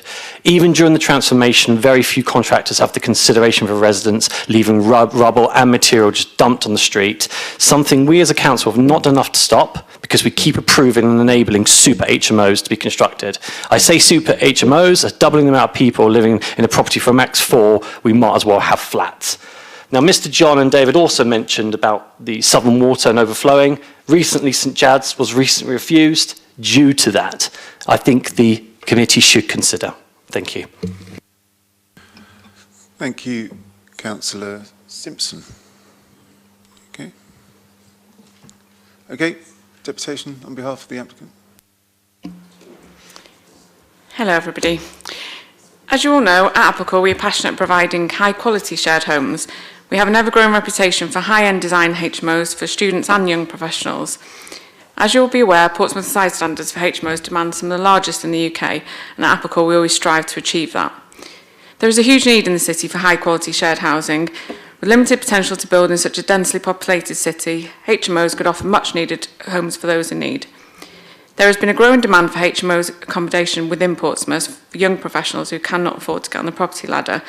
HMOs are an ideal solution for an all-bills-included opportunity for independent living. The last project we fully designed and managed was completed in September. The property was fully tenanted within weeks of the finish date. This only serves to demonstrate demand for high-end shared homes. Being a member of Portsmouth Landlords Association and regularly attending meetings, I have discussions with various landlords on a frequent basis, both in and out of work. It's becoming more and more apparent that many landlords are exiting the rental sector. High-end shared living homes are becoming a much more affordable option for single people who are struggling with rising living costs. This in turn releases one-bedroom flats back into the market, which would then provide homes for couples. I note this application has received a significant amount of objections, and having read the many comments around parking, noise, antisocial behaviour, etc., whilst I fully appreciate and acknowledge neighbours may have concerns, I believe many are unwarranted. My experience from our managed HMOs provides me with contradictory views to that of the neighbours of Balfour Road. We have not had a single complaint from any neighbours from our managed HMOs. In fact, one of our last HMOs completed initially had strong objections from the adjoining neighbour. Since the tenants have moved in, they have called to say their worries were completely unfounded and the tenants were all polite, courteous and no impact on them at all. I regularly hear comments from neighbours saying they don't want a HMO in the road, that the areas of families, etc. I urge you to consider that these tenants are educated human beings with professional jobs who are moving into a luxury home with other like-minded individuals. With all due respect, they would be very unlikely to have complete character changes and start dealing in drugs or partake in stabbings, which are also regular comments made by neighbours. Our last finished HMO houses a school teacher, an oceanographer, a software developer, a geophysicist and 3 NHS workers. These are highly respected jobs for well-educated individuals who are keen to be part of the community, having relocated to Portsmouth for work. I wanted to pick up a couple of comments from neighbours. So I think there was a comment about the 8 toilets. You could have 20 toilets in this house, but the usage will not increase beyond that of the number of occupants. 7 people can equally reside in a large C3 residential family home. Also, it was stated that the house was also a previously badly managed HMO. I believe the residents should welcome that the purchase and renovation of this property will undoubtedly attract better tenants. Again, the family area comments. Some of our tenants are children of these families that I talked about, children who cannot afford to live independently without the option available to them. To assume that the tenant is going to cause a negative impact is bordering on discrimination. With regards to the size standard requirements for this property, all bedrooms meet or exceed the 10 square metres. The required communal area for 7 persons when all bedrooms meet the 10 square metres is 22.5. This property provides that, and in addition to that, there is a utility room which would separate the laundry facilities from the kitchen area. All of the bedrooms also benefit from an ensuite. The house will be finished to a high specification. Our client is keen to offer tenants high-end accommodation. The property will be professionally managed and any issues, if they arise, will be dealt with promptly. The application fully complies with policy PCS 17, PCS 20 and PCS 23 of the local plan and also complies with the Housing Multiple Occupation Supplementary Document. Councillor Hunt made a comment earlier about trusting the plan officers just moments ago. The plan officer has recommended this fully compliant application for approval today, and I ask you all to fully support this recommendation, saving the time and cost in taking this to appeal. Thank you. Thank you. Okay, members, questions? Councillor Vernon Jackson. Thank you, Chair. Can I just check? I'm just going through my list of things that would give us the ability to turn this application down with a realistic hope that it would not be approved by a government planning inspector who has the ability to overturn any and all of our decisions. So the first one is, if I could ask Ian, this falls below the 10% threshold set out in the local planning policy. Is that correct? The threshold is in guidance rather than the policy, but yes, it's 2.8%. Second one is that most of the physical work being done for this is being done as permitted development, over which the council has no authority to be able to stop the work. Is that right? So all the work is either permitted development or internal works that aren't defined as development. So all the physical works, the property doesn't need planning permission. That's nothing to do with us. Thirdly, in terms of the space standards set down, are the rooms below the size set with the space standard or above them? They all exceed the space standards. Obviously, there's a separate assessment for the private sector housing team to do in terms of layout and furniture, etc. But as a square meterage, they exceed the standards you have adopted through your planning guidance. Okay. Sorry, only a few more. In terms, my understanding, and again, I would like your advice, is that in terms of value of people's homes and in parking, the government planning inspectors say those are not things that we're allowed to consider in terms of making these decisions and turning any application down? No, the property value isn't a material planning consideration, but parking is a material or immaterial? Is not a material planning consideration. Parking is a material planning consideration in a number of different factors.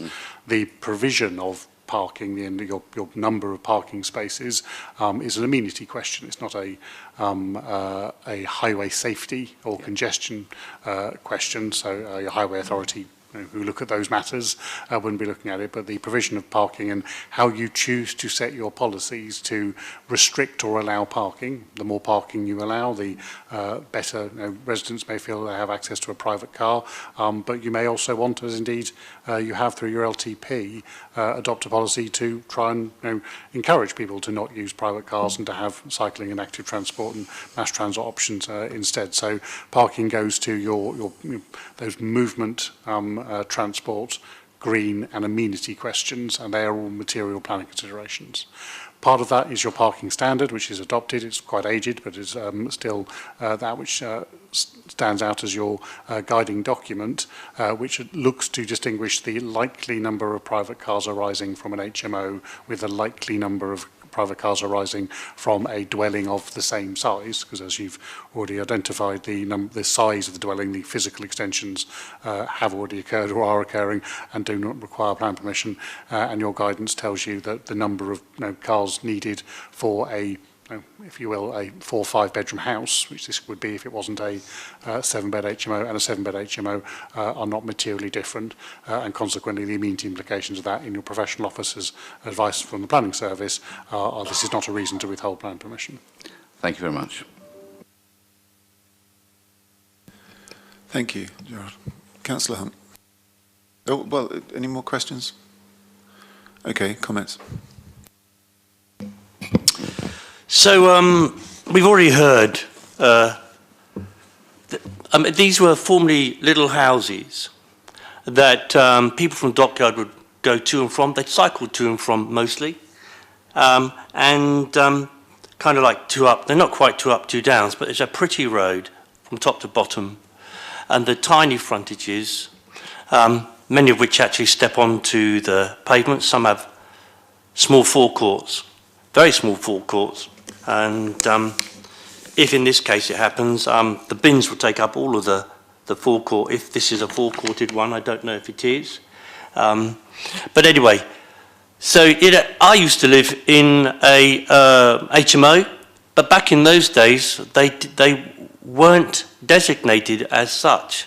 People lived in shared houses. We heard here much of Stubbington Avenue, Chichester Road, the large properties there are subdivided into flats, which is what I heard about earlier, and that used to happen an awful lot. We didn't used to hear about HMOs, not all that much anyway. So the fact is that they've been designated at the beginning of use class HMO, which is also added to an issue. The other thing is really must point out that Portsmouth has one of the toughest regimes, and people might not believe it, but we do.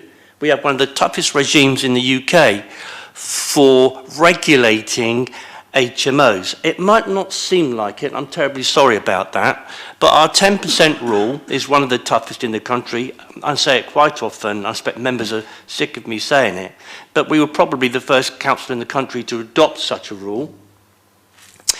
Some people say that we must move down to only 5% in an area, and I have some sympathy with that view, but again, that wouldn't impact this application terribly, because it'd be 2.8%.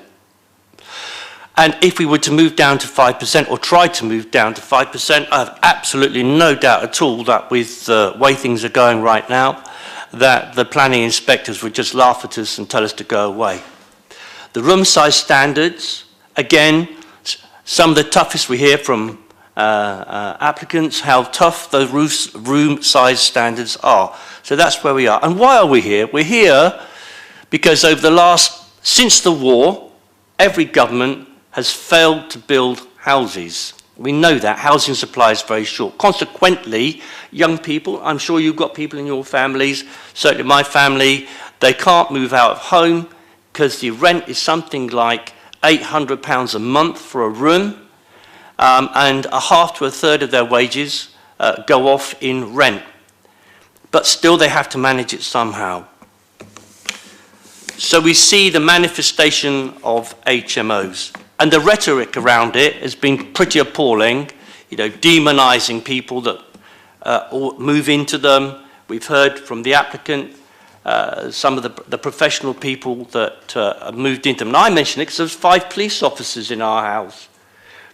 And we used to rush out when anything went on and sort it out. I don't know if you're going to get 5 police officers in your house, I don't know, but certainly keep the road a bit quieter than now, wouldn't it? Or one that we tried to throw out on the parking grounds over in Stamshaw Road, because it's 0.5, the recommendations was 0.5, a half a car more than what went on previously. And we did that, and we did that 3 or 4 times, and each time the planning inspector came back and said, no, that's not reasonable grounds to refuse this application, overturned it, and us as council taxpayers in this room, we all ended up paying for the appeal. But the problem here is I go back to the very beginning, and Councillor Vernon Jackson touched upon it, and it was the deregulation of planning. The fact that the government has decided to deregulate planning, which I warned about a little earlier on, which is only going to get worse with the new incoming government, I believe, and that's what Mr. Starmer has said, that is going to reduce the ability of planning authorities to hold things up. So we're going to see more of this, I suspect, and we can all sit here stamping our feet, but we are beholden to national government. The problem is these little homes weren't intended to do what is being proposed today. They're just pretty little 2 up, 2 downs, 2 up, 3 small 3 bedrooms, but permitted developments push them into the back, push them upwards, and so you get a much bigger property. And I won't demonise the people that are going into them. Many of them are nurses, police officers, doctors, GPs, a whole range of people. But the problem is the industry didn't regulate itself properly, and therefore they were abused, and all sorts of people went in and caused all sorts of problems for their neighbours. And so they became stigmatised. And that has been an issue. And some councillors really stir it up. I'm not talking about today. Some councillors tell things about people being stabbed and all sorts of drug dealing and so on. Well, that goes on in ordinary homes anyway. You know, right across the area. Right across the area. So we have to deal with that via policing. But for me, the real problem is this house was not intended to hold 7 people or to be an HMO. It's a nice little residential road which we talked about, and this for me causes a problem. This is not the intention of the house. Thank you, Mr. Chairman. Okay. Other comments on this application? Councillor Vernon Jackson. Thank you, Chairman. I'm about to say Lord Mayor, but I'm sure that is for the future. As often I find myself in a significant problem here. With the St Chad's one, I've voted against and proposed we said no to it because we had some evidence that of maps of where blockages had happened in the sewage systems, and that gave us something to be able to hold on to. My issue is that the ground's been cut from underneath us by government, left, right and centre, and I am trying to find a way of thinking of a way that we could turn this down, knowing that when it gets to appeal, that appeal has got a reasonable chance of succeeding. Because developers do go to appeal, and they have the right to do so, and government continuously passes more power to developers and takes it away from us. So this isn't, we can't turn this down because it's under the 10% regime. It's only 2.8, 2.9, so it's nowhere near. The building work is allowed without planning permission. So the building works happen and there's nothing we have the power to do on that. The rooms are all above the space standard, and when we've tried to turn things down because of lack of parking, the planning inspectors laugh at us and say, yeah, and just give planning permission. So without that extra bit that we had with the St Chad's development of having a map and showing there was a real issue, I have real problems that I can't see a justifiable planning reason to say no to this, even though, like the residents, I don't think this is the right way to use a house. Unfortunately, governments of all colours, whether they've been Labour, Conservative, Coalition, all of them want to give more and more power to developers and take power away from planning committees to say yes. Luckily, we have the general election coming up, and maybe we can get MPs who have a bit more backbone, but I think it's highly unlikely. So I am in the difficult position that I can see no justifiable reason in planning to say no, even though I fear that the residents' local residents' lives will be made worse. But I don't want to try to just say to people, okay, we'll turn it down locally, knowing it'll just go off to the planning inspector. The planning inspector will tick the box and say, yes, you can have planning permission, you can do anything you like. And here, by the way, is a bill for 20 grand that local council taxpayers have to pay. So I can't find a way that I can find justifiably in my mind to be able to propose a refusal. Because I think I would just be trying to be courting popularity with residents, knowing that I was just fooling them, and knowing that the planning inspector would give planning permission. So I'm sorry, I can't see a planning reason to turn this down, and so with great regret, I'm going to move the officer's recommendation of planning permission because I can see no other honest way of doing this. Judith. Second that. Okay, any further comments? No, Chair, I think Councillor Vernon Jackson said it really. I think I was just going to unpack a bit about St Chad's and whether we could look at it on the drainage issue, but I think yeah, I would have seconded it, so on that basis. I think Councillor Vernon Jackson's comments were useful in anybody watching, observing. You well explained the situation we find ourselves in with some of these applications. Of course. Yeah, just want to add further thing that, Councillor Gerald Vernon Jackson, he mentions the upcoming election. I mean, what we do in this country... Is this about the application? Yeah, I know it's about the application, I beg your pardon. It's about sustainability, if I may, so that's a proper... So we've got to hope that a government comes in, will look at the sustainability of what they expect us to do. Because, we know that GP practices are very hard to get to, and the sewage system, we've heard, is underfunded, and we need to improve all of these things. Yet, as a council, as a local planning authority, we're expected to put things through which we know put further strain on local services, and this really hacks residents off. Chair, this is irrelevant to this item.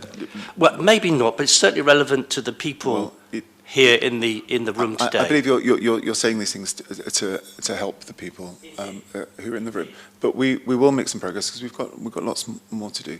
So we have a proposer and a seconder. Are there any other thoughts and comments from members before we move to the vote? Okay, those in favour.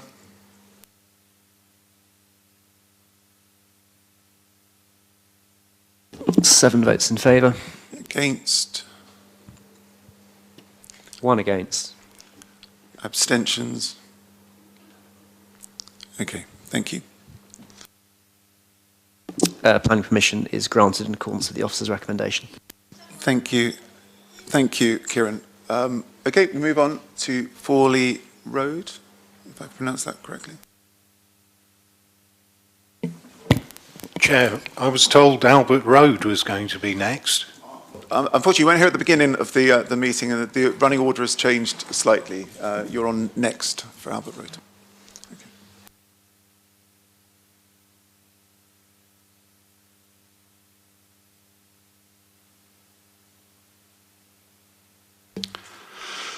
7 Forley Road. This is a application for a household extension, so it's a comparatively small development compared to some of the things the committee usually sees. There are 11 objections to it. It's been called in by 2 members. It's a single-storey rear and wrap-around extension rising to 2 stories at the side, as well as an alteration to the roof and a rear gable window. So there is the property in Forley Road. There is the front and rear elevation. You can see from the dotted line for the existing hipped roof. I'm looking at the right-hand image here. That is now being converted into a side-facing gable to accommodate a large rear dormer and front Velux windows. And obviously that 2-storey side extension wraps around and drops down to single-storey, which you can see there with a part hipped roof and a part flat roof. Probably easier to see perhaps in the proposed floor plans, which you can see there. A couple of images just to help illustrate that. That is the existing property. This is a property a couple of doors down, number 3, Fawley Road, which the case officer quite rightly highlights as making an existing presence in the street scene that is of note. And I've just put the proposed front elevation on that image just to show that those comparisons between them. We have a number of objections raising concerns regarding direct impact on neighbours through loss of light, and then some other more general concerns around the nature of the occupation, which are arguably not material considerations. Happy to take any questions from members, however. We do have a objector registered, but I'm not sure Mr. Black is here. Oh, apologies, there we are. So we have objector and Councillor Simpson both for deputations. Thank you, Ian. Mr. Black, welcome. 6 minutes to give your deputation. Thank you for having me. Before I start, I have some images. Would I be able to give them to you? Are they hard copy? Yes. Yeah. If I'm sure Councillor Simpson would distribute.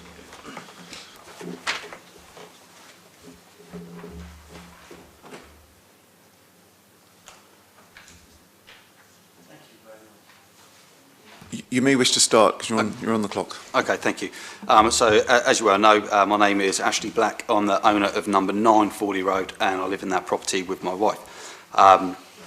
We're both concerned, and we strongly reject the plan relating to number 7. Obviously, there's a few reasons, and I guess only the last one that I'll come on to with the images will be directed to planning. But we believe that these plans are quite overpowering, intrusive, and will be imposing due to the size of the 2-storey side extension. We believe that the front plans that you showed a moment ago are not in keeping with how the properties appear. You know, the proposed plans have an additional front door and window in place of the garage, whereas the image you showed of number 3 still has a garage. This additional front door will give the impression of a flat rather than a semi-detached house, in our opinion.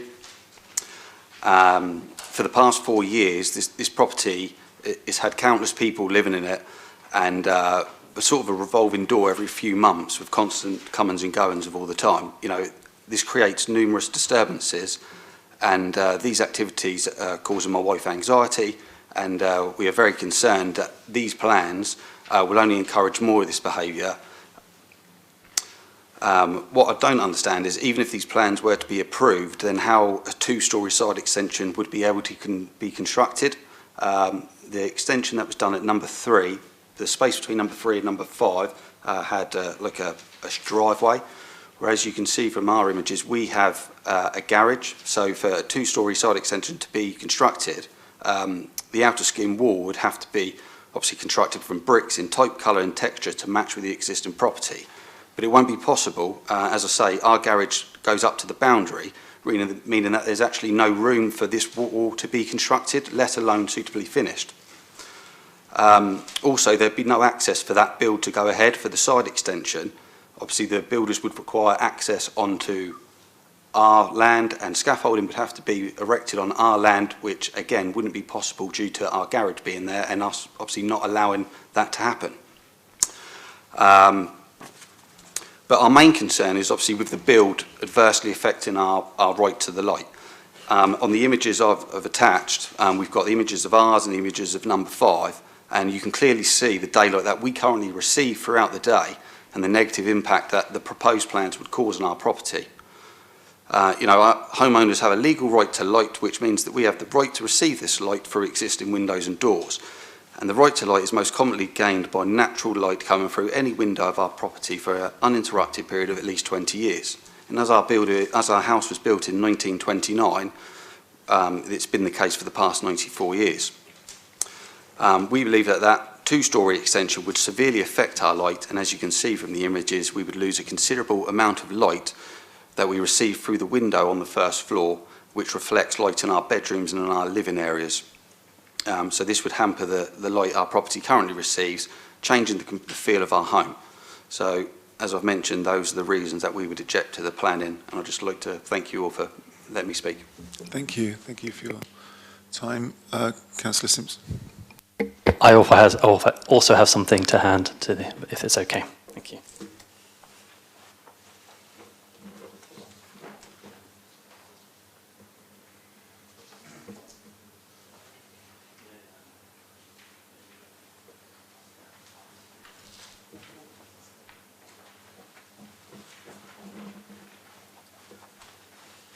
As you can see, I've given you a printout copy of slide number 3. I know they could bring it back up, but there's a reason why I've given it. Firstly, you know, I thank Mr. Black for coming today, and the impact on light is quite significant. You have to see it, you know. I mean, I'm glad that he's provided pictures today so you can really see where the sun is and how much light is impacted. Yeah, thank you for bringing it up as well. Multiple residents believe this is also being used as some form of illegal HMO. Seeing the applicant move multiple mattresses out of the house when an inspector was due. The plans even show the applicant wishes to expand on it. If you actually look at that, you can see up there, who has a full ensuite with a utility room? I've never seen that before, but also then a separate front door at the front. It's just very, very odd. And we, you know, we've had that many times with many applications where we're questioning studies with en-suites. But okay, but it's not about HMO today, but I'm just pointing out the fact that it seems coincidental that you know, a lot of residents are saying this is being treated as an HMO, and we've got looks like a flat, you know, like a studio flat or some room that can be used regularly with its own front room. I'm really concerned also the fact that, you know, the previous one was mentioned, had a garage, and it stayed as a garage. And that garage also enables cars to go in and out, which has a parking space for that house. You're going to be losing that by having no longer that access. So that drop curb will come invalid because I believe access is to go through with it. By changing it to another door, it renders the property or drop curb obsolete. Reports of loud parties, regular gatherings, supposedly from property that isn't operating as multiple use. I just think overall this application just seems disingenuous. It's clearly designed so the applicant can fit more people without permission or license. But the light is the major issue here. I just kind of feel it all comes together. Thank you very much. Thank you. Okay, members.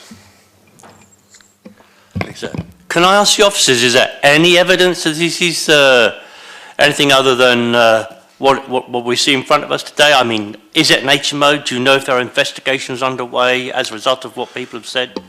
Yes, so it was raised with us with that concern, and it was investigated by the planning enforcement team, and it was identified that it is not currently an HMO. It does have a blended household, so a mixture of family and a lodger living within it, but the investigation officers interviewed everyone that lives there and have satisfied that the household does meet the definition of a household falling within use class C3. Thank you, Lee. Members, comments? Well, age before beauty, if I may. In which case you're going first. Indeed. Touché. So you have to have the wisdom of Solomon sometimes with these applications that come here today. I mean, I'm terribly sorry, but this is just like my house. I honestly cannot see anything in here which means we should just turn it down. This looks to me like somebody wanting to improve the size of their home. I presume it's here because of the fact it doesn't breach any lighting issues. Perhaps that could be teased out. I should have asked that question, I beg your pardon, Mr. Black. Perhaps the officer will comment on that too when we talk about the lighting issues subsequently, and to what room it actually lets light into. I wonder if it's a stairwell. So it is my next door house is as close to me as this one will be, and we see this all over Portsmouth. it looks like just like they're using all the regulations, permitted development and whatever else they can get to make the size of the house bigger for whatever reason. I don't know. But I can see absolutely nothing to refuse the application, and I must move the officer's recommendation. If they would comment about the light, though, I might change my mind. That would be useful. Thank you, Lee. So, from a lighting point of view, obviously there's two ways a side and rear extension can interfere with light. One, obstructing light from that single-storey rear projection as it passes around. It doesn't project out that far. We're satisfied that while obviously there is a visual presence in the rear garden, there is already a single-storey projection, but a larger one now, that doesn't cause an unreasonable loss of light. There is a side window, certainly in the facing property. Probably best way to show is I think you can see it here on that image. So that's the facing property. So it's that square window on the side. It is our understanding that that is a window serving the hall. There is the identical window on the existing building on this side, and consequently the standard of light required to reach that to create a reasonable living environment, which is your planning policy, is deemed to be acceptable. You can overshadow a hallway window, to be blunt, from a planning concept. To be clear, the rights to light and prescriptive rights to light are outside the planning process. That's a private civil matter, and if a landowner, a householder feels that they have a right to light, they wish to make that argument, they have to pursue that through the civil process. We can't give guidance to that. If that was causing significant loss of light to a habitable room, we'd be recommending refusal. So we would deal with it that way, but we have to apply our own professional judgment and standards to that. And in this case, a hallway window is not considered to be an unreasonable infringement and loss of amenity. It will impact on it. It'll be a darker hallway. I'm not going to pretend otherwise, but that's not an unreasonable impact in our professional opinion. Did you want me just to, while I have the mic, touch on the party wall point, just for that reassurance? Yeah. Has been any, if the new, I beg your pardon, if the new window that comes into if it's that close, I mean, I obscured mine with a deco sort of thing, but in the glass, is there any merit to an obscure bit of glass going into it so they can't look directly into their hallway?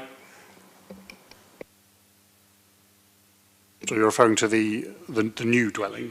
Yeah, the new dwelling has no side-facing windows. Yeah, so there's an existing one. Yeah, thank you very much indeed.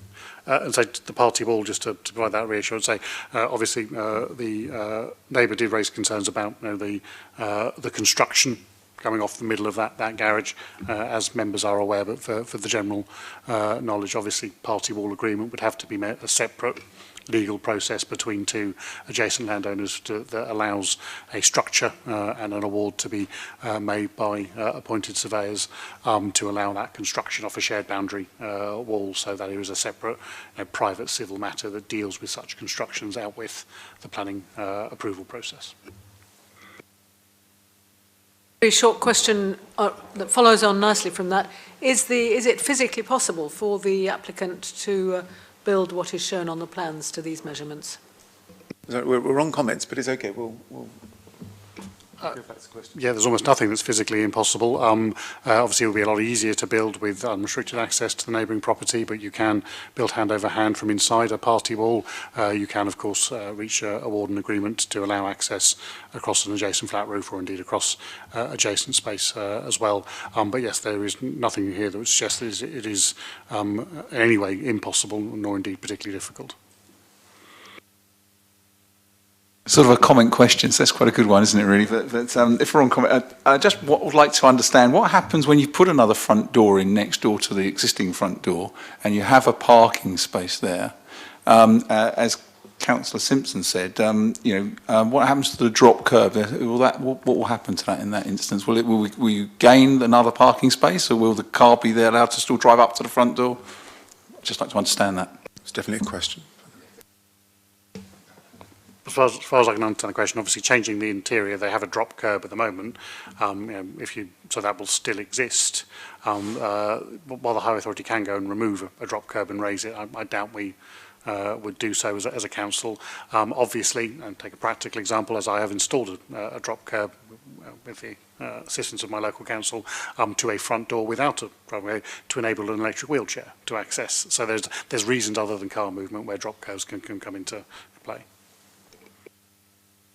Okay, well, we haven't had anybody second Councillor Hunt's motion.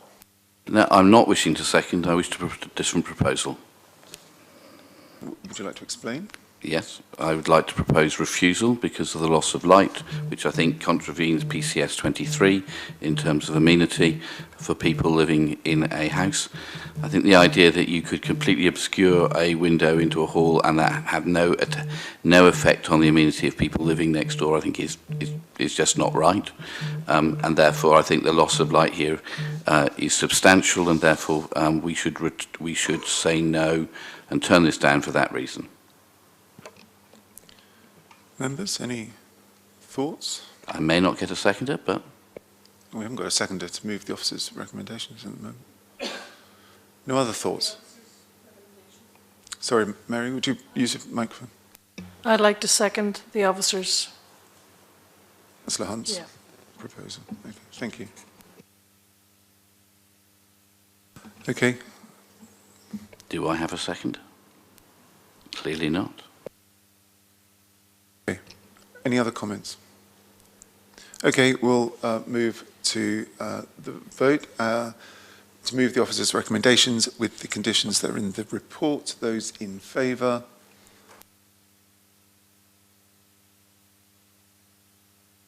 It's 8 votes in favour. Against? 1 against. Planning permission is granted. Thank you, Kieran. Okay, we'll move on to Albert Road.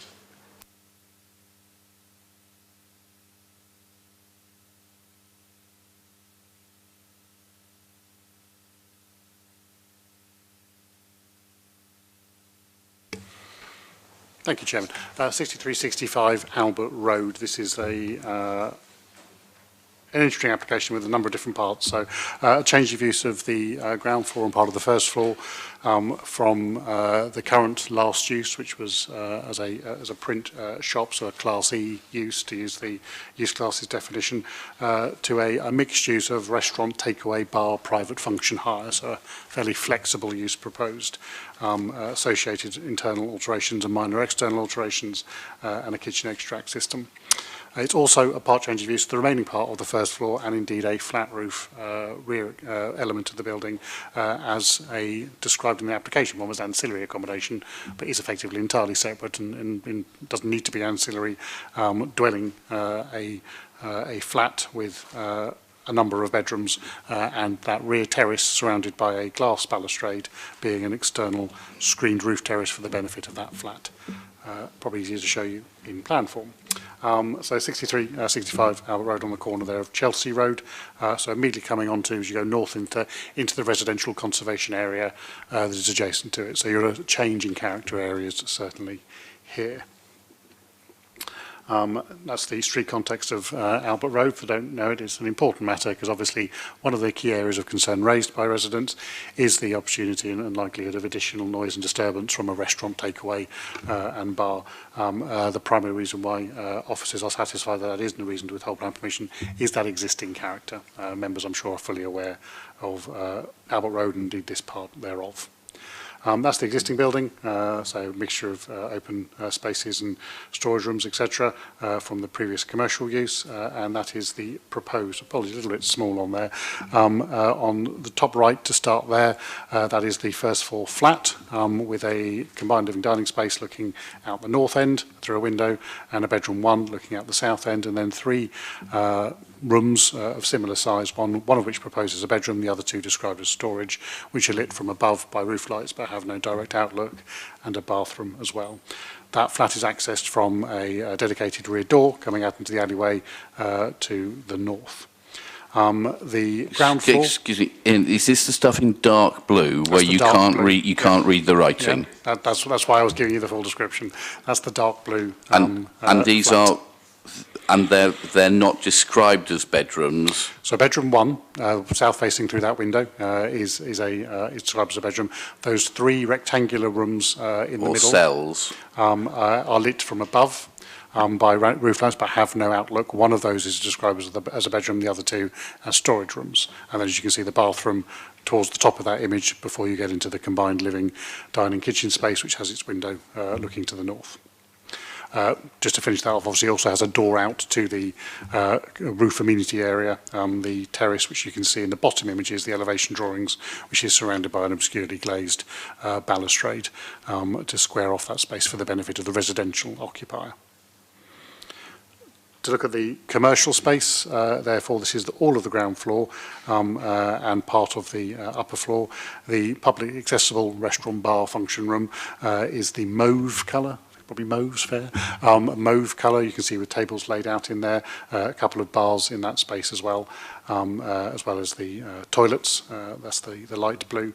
And then the back office space, the top left, white kitchen space, and the top right on that left-hand image, the red general back office space, wash down, cold store, waste storage, and a cycle and moped storage accessed through that waste storage area, and a staff toilet.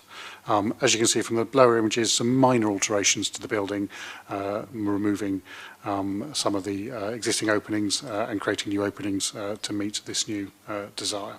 So I say it's an unusual application, and we've got a range of uses in here.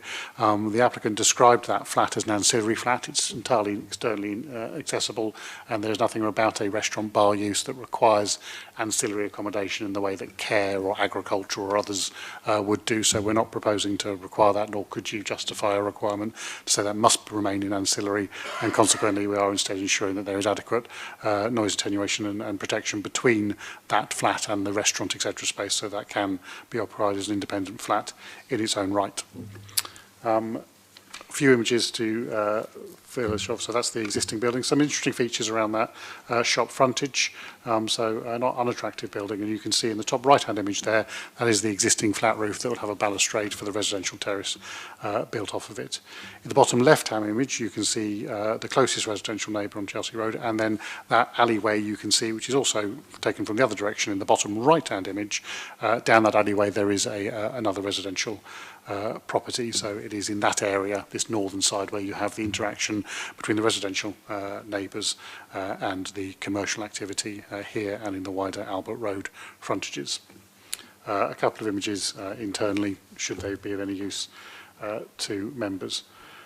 To look at the specific planning merits, obviously bringing a commercial use back into active usage is a notable merit and one to be applauded and giving significant weight. It is noted and discussed in the report. Obviously you could open up the unit as a restaurant without plan permission. They're in the same use class. Now it's that more varied opportunity of takeaway and bar and function room that means that is a change of use requiring planning permission. But it is a use, restaurants, bars, takeaways, all very evident in the immediate environment and thus deemed to be an acceptable part of that noise and environmental character that makes up this part of Albert Road and consequently its immediate environs. The flat, as has been highlighted, is an unusual one with those 3 large rooms, more than capable of being bedrooms, that don't have outlook.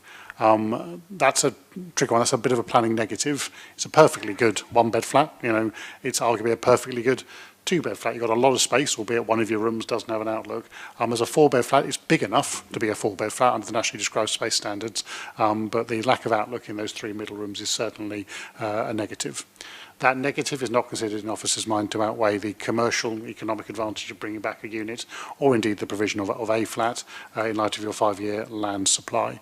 We specifically highlighted, and I should have checked this before I started this sentence, the paragraph in the MPPF, which I will find as we talk, which does, which guides the local planning authorities. Sorry, Chair. When he whacked his thing in front of the mic, I can't hear anything now. So, could you turn it on and off, please, Ian? Better?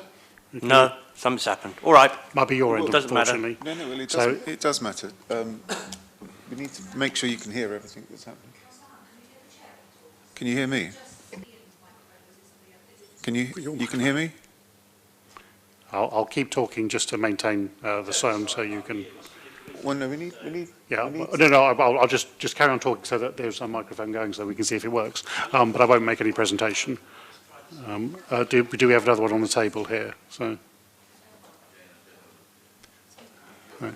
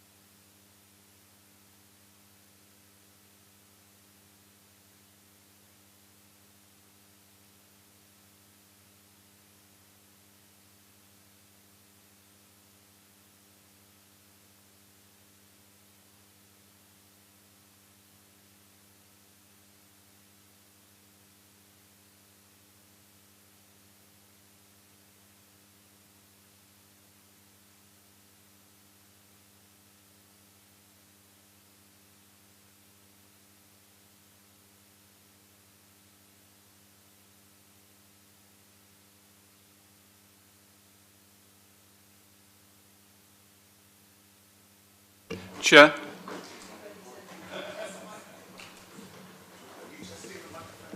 Depending on the outcome from our electronic repair, I withdraw my comment. I don't know what the comment was, but... Okay. All right. Sorry, Ian.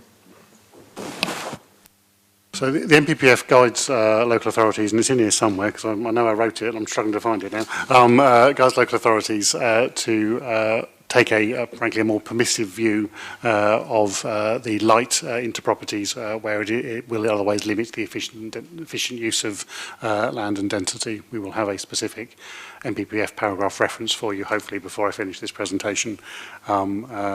So I'll just ask the case officer to point out what I'm overlooking. So while, that is a negative, certainly if it was a 4-bedroom flat, they're not proposing that it should be a 4-bedroom flat. They're saying 2 bedrooms, one of which would have no outlook. On balance, and planning is always on balance, we believe that is a reasonable use, and obviously flats above commercial activities in our high street are a good way to get increased residential provision within sustainable locations where you can easily access both transport and obviously the facilities that Albert Road and similar centres do provide for it.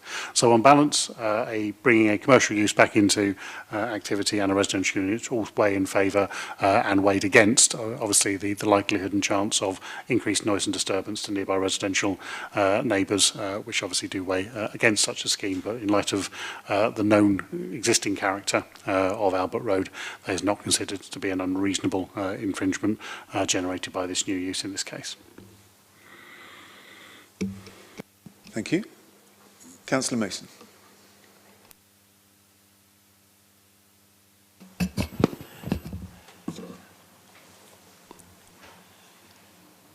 Mr. Hounslow of 1A Chelsea Road is a serving officer on HMS Queen Elizabeth and so is unable to be here today and has asked me as his ward councillor to make this deputation on his behalf. Mr. Hounslow's objections are both general and specific. General is that Albert Road is now becoming saturated with restaurants and takeaways, and this is unbalancing the road. That the road, which is a mixed-use road, is becoming very rapidly just a road of restaurants and takeaways. And this is contrary to the 2012 local plan. His second point on this is that many of these restaurants are not doing well. The response of the pressure on restaurants is that they are moving to late night opening. There is already one which is open to 3 a.m. and another one to 5 a.m. and he is aware of at least one other which is making an application in the near future to stay open until 3 a.m. And this is in the middle of a residential area. In general, therefore, he feels that an additional restaurant would be an additional restaurant too many. His specific objections are that he lives in 1A Chelsea Road, which is actually at the back of 55 Albert Road. It is accessed by the alleyway at the rear of 57 to 65 Albert Road, thus at the back of the property which we are considering today, and he has a permanent easement over that land. It is indeed the only open space to his property, and he feels that a commercial use will firstly interfere with the quiet enjoyment of his property by delivery and especially by takeaways in the evenings. Secondly, that the movement of traffic would cause dangers for his children and any other children playing in those rear spaces. And thirdly, that the structure of the alleyway with high walls on both sides funnels noise, and the late night noise from the restaurant will be reflected and funneled down and will produce a major noise nuisance in his own property. And so on both general and specific grounds, he would ask that the committee reject this application. Thank you. Thank you, Councillor Mason. Mr. Lawrence. Thank you, Chair. Good afternoon, members. As a Chartered Town Planner of over 37 years' experience, nearly half for this council, I speak in favour of the application today. The applicant is grateful for the officer recommendation supporting the application. The proposals will breathe life back into these premises vacant since November 2022 and also assist with the council's housing supply. It is noted that officers consider the previous use to fall within Class E, and that if only a restaurant was being applied for, planning permission would not be needed. The applicant is seeking to operate in a highly competitive market and has proposed the submitted use mix in a genuine attempt to try to offer something new to visitors to this part of the shopping centre, also trading at lunch times. Your officers consider such a use to be in keeping with the character of this part of the shopping centre. Regulatory services and the highways engineer have also not raised any objections. The applicant is grateful to Hampshire Constabulary for meeting us to improve the layout of the commercial space such that it withdrew its earlier concerns in writing. I've asked the presenting officer yesterday via email to agree to review the wording of Condition 4 and Condition 7, which relate to the kitchen extract system.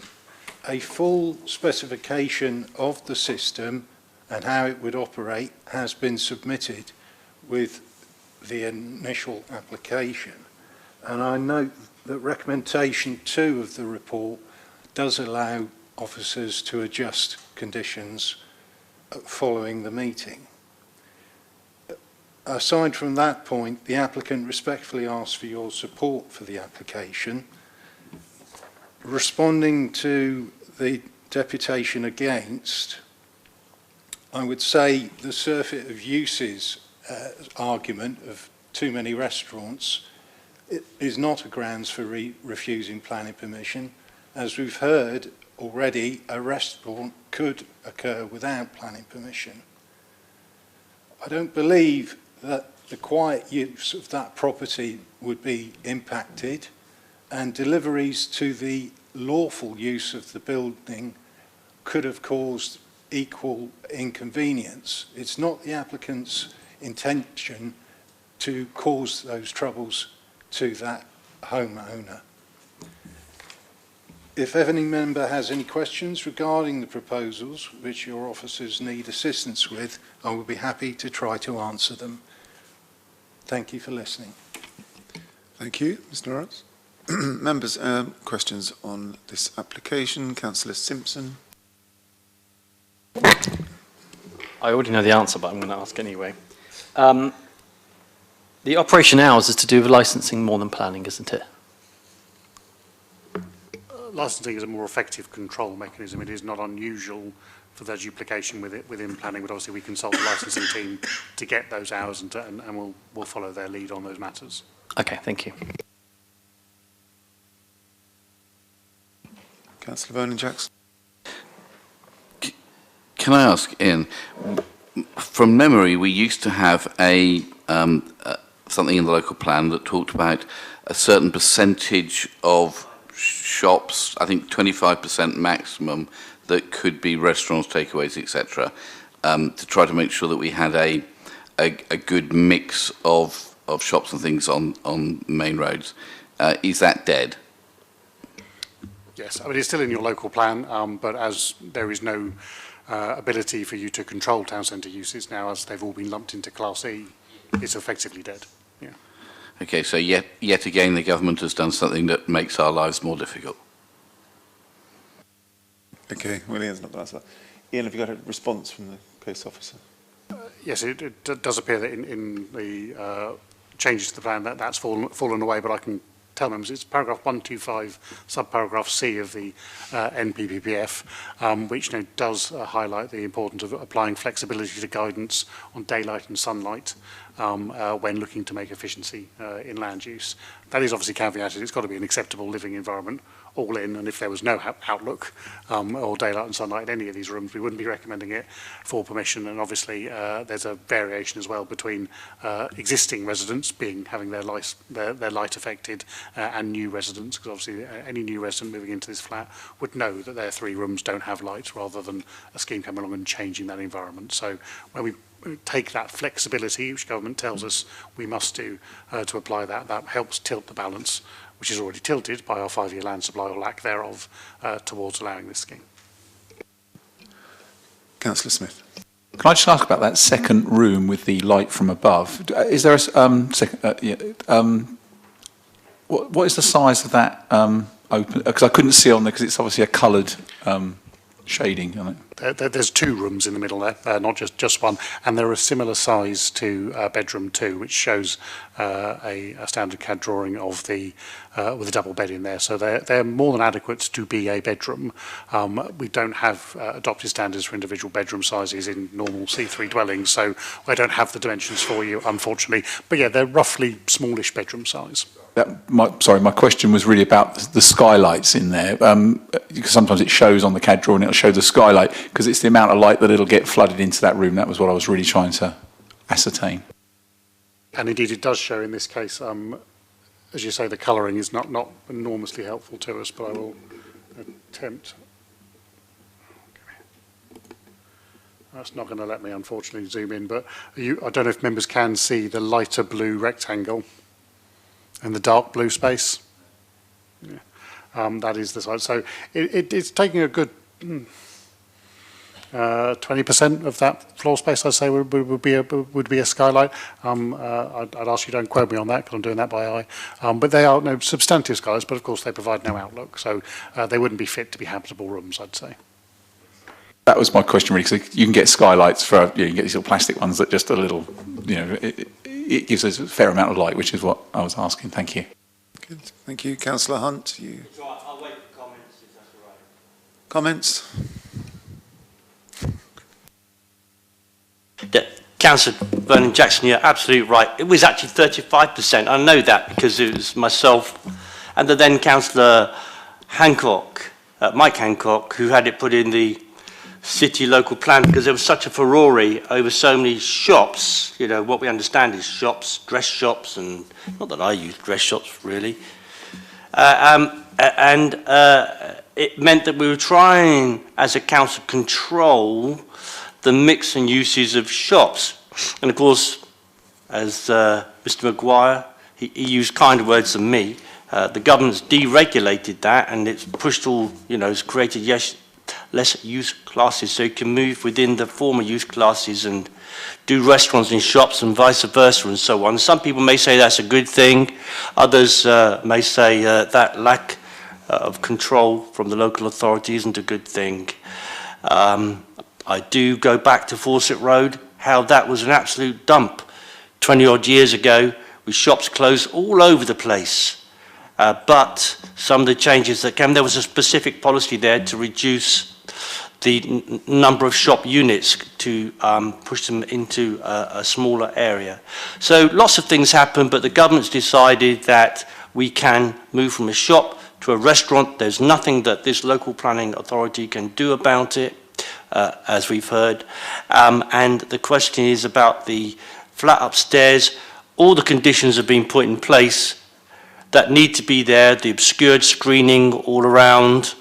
I regret the lack of light into the proposed flat. Perhaps in future we might see something come back, I don't know. But there really is nothing to be done about this. So I will propose the officer's report and recommendations with the conditions. Councillor Smith? Yeah, and I'd second that. Is that what you... I was also going to second, but I was actually going to add, let's be honest, Albert Road, I'm just looking at the map here, we've got, the Jesse's Latin Lounge, we've got a Lebanese restaurant, we've got the Vaults, we've got, what I'm trying to say is it's not unusual to the area. I would rather see a shop be full than empty, as we have too many empties. And the fact that it's also offering accommodation, I'm surprised not everyone's jumping to approve this. So I will be seconding. Okay, we'll make that a thing. I'm sorry, I don't agree. I think the idea that you can have a bedroom where there is no outlook, you just have a skylight, is not on. I used to lock people up on life sentences for a living, and none of the cells that we had didn't have a window.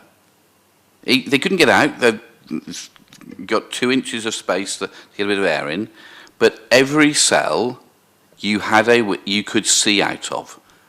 And now we are proposing to allow a bedroom with no window, just a skylight. And I'm sorry, our job here is to make sure that we're not, within the powers that we have, not creating the slums of the future. So I'm very happy with the restaurant. I think there will be real issues about noise with takeaways collected at the back, but I think there's possibilities of regulating that in different ways. But I think the idea that we could give permission for a flat at the top, because that's part of this application, with a bedroom where we are solely lit from a skylight, is a terrible precedent to start with.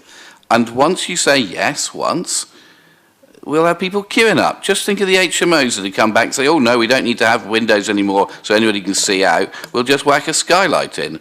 So I'm sorry, it seems to me, in terms of amenity of the people who are likely to live here in the future, the idea that we would say yes to a bedroom which has no window out for people to look out at, just a skylight, is completely unacceptable in terms of amenity, and therefore I'm sorry, I'm going to propose refusal.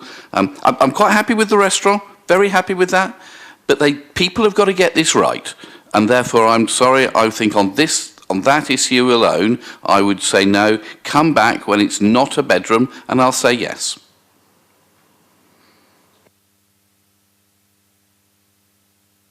And again, I may not get a seconder.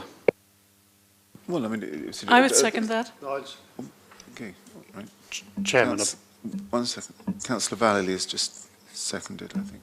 Yeah, just waiting to see if someone will second it before stepping in. It's unusual, but we can impose a condition to achieve what Councillor Vernon Jackson has just described, to say the room shown as bedroom 2 and the 2 rooms shown as domestic storage shall not be used as habitable room, therefore making it a 1-bedroom. In which case I'd be overjoyed and happy. Well, we'd only do it under exceptional circumstances. So and I would imagine, I have no way of knowing, that the applicant who obviously wants to run a restaurant would like his restaurant clear. He can come back and challenge that condition and Yeah, look at but- amendments and things later. With that condition, I'd be very happy. I'm but I happy don't know if the to proposal is subsume that into my support for the officer's Okay, well, recommendation. one at a time. So, you're okay. Judith? I would second that. I think if we had that condition on it, that would be very acceptable. The man has also, or the person has actually said it wants to ancillary use and indicated use of storerooms. I think we should put that condition on. Yes, I'm happy with that. Put some Subsumed, wording. done. Okay, all right. Okay, we're all happy. Those of us that worked in the Cat A unit at Belmarsh Prison might recognise there are windows but not often views in prisons. Maybe I had nicer prisoners than you did. Chairman, if I may, therefore, just to be clear on what we've looked at, say, and I do have to apologise that the numbering of the conditions does go wrong, so we'll correct that.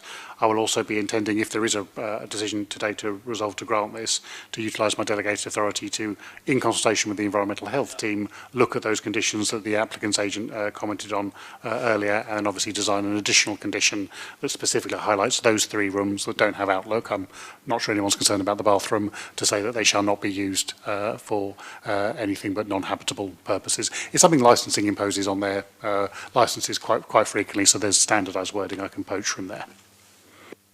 Okay, and so Lee, John, you're happy? You're happy? Kieran, have you got something that works? Ian, if we have a quick adjournment, because I haven't got the plans in a legible format to carve out the particular rooms we're talking about, so it's probably easiest if you just Bedroom draft 2, I think it's described as. Just bedroom 2?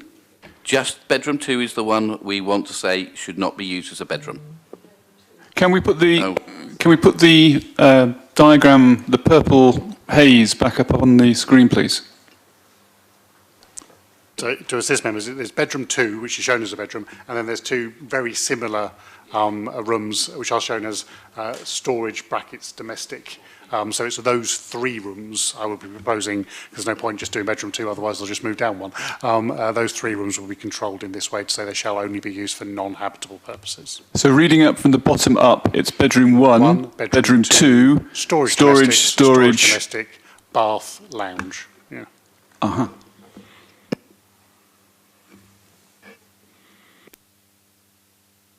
And again, you're happy with that?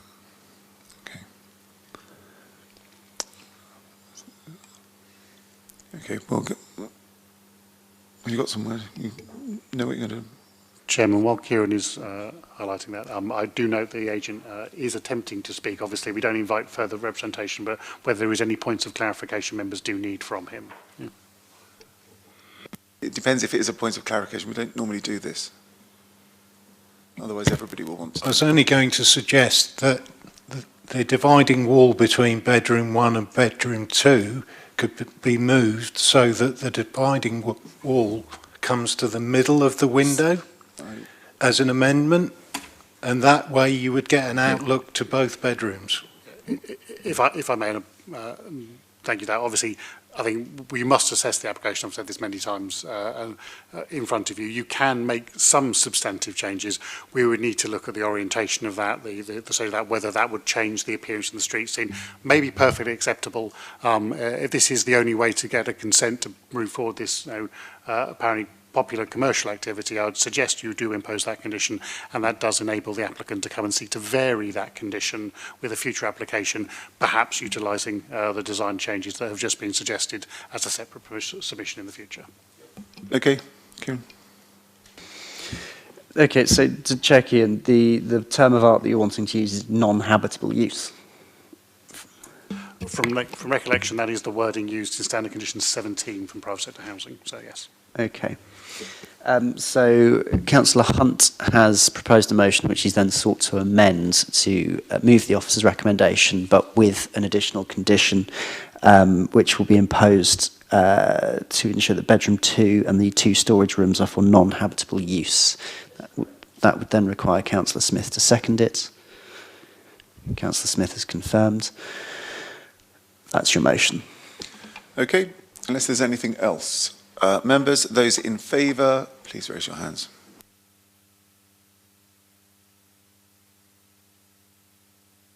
That's unanimous approval of the officer recommendation plus the condition just outlined. Chair, and thank you to Councillor Vernon Jackson for making that better. Yeah, no, absolutely. Members, we're going to have a leg stretch at this juncture. Please be back here in 10 minutes' time. Chair, I'm very sorry, I need to give my apologies then.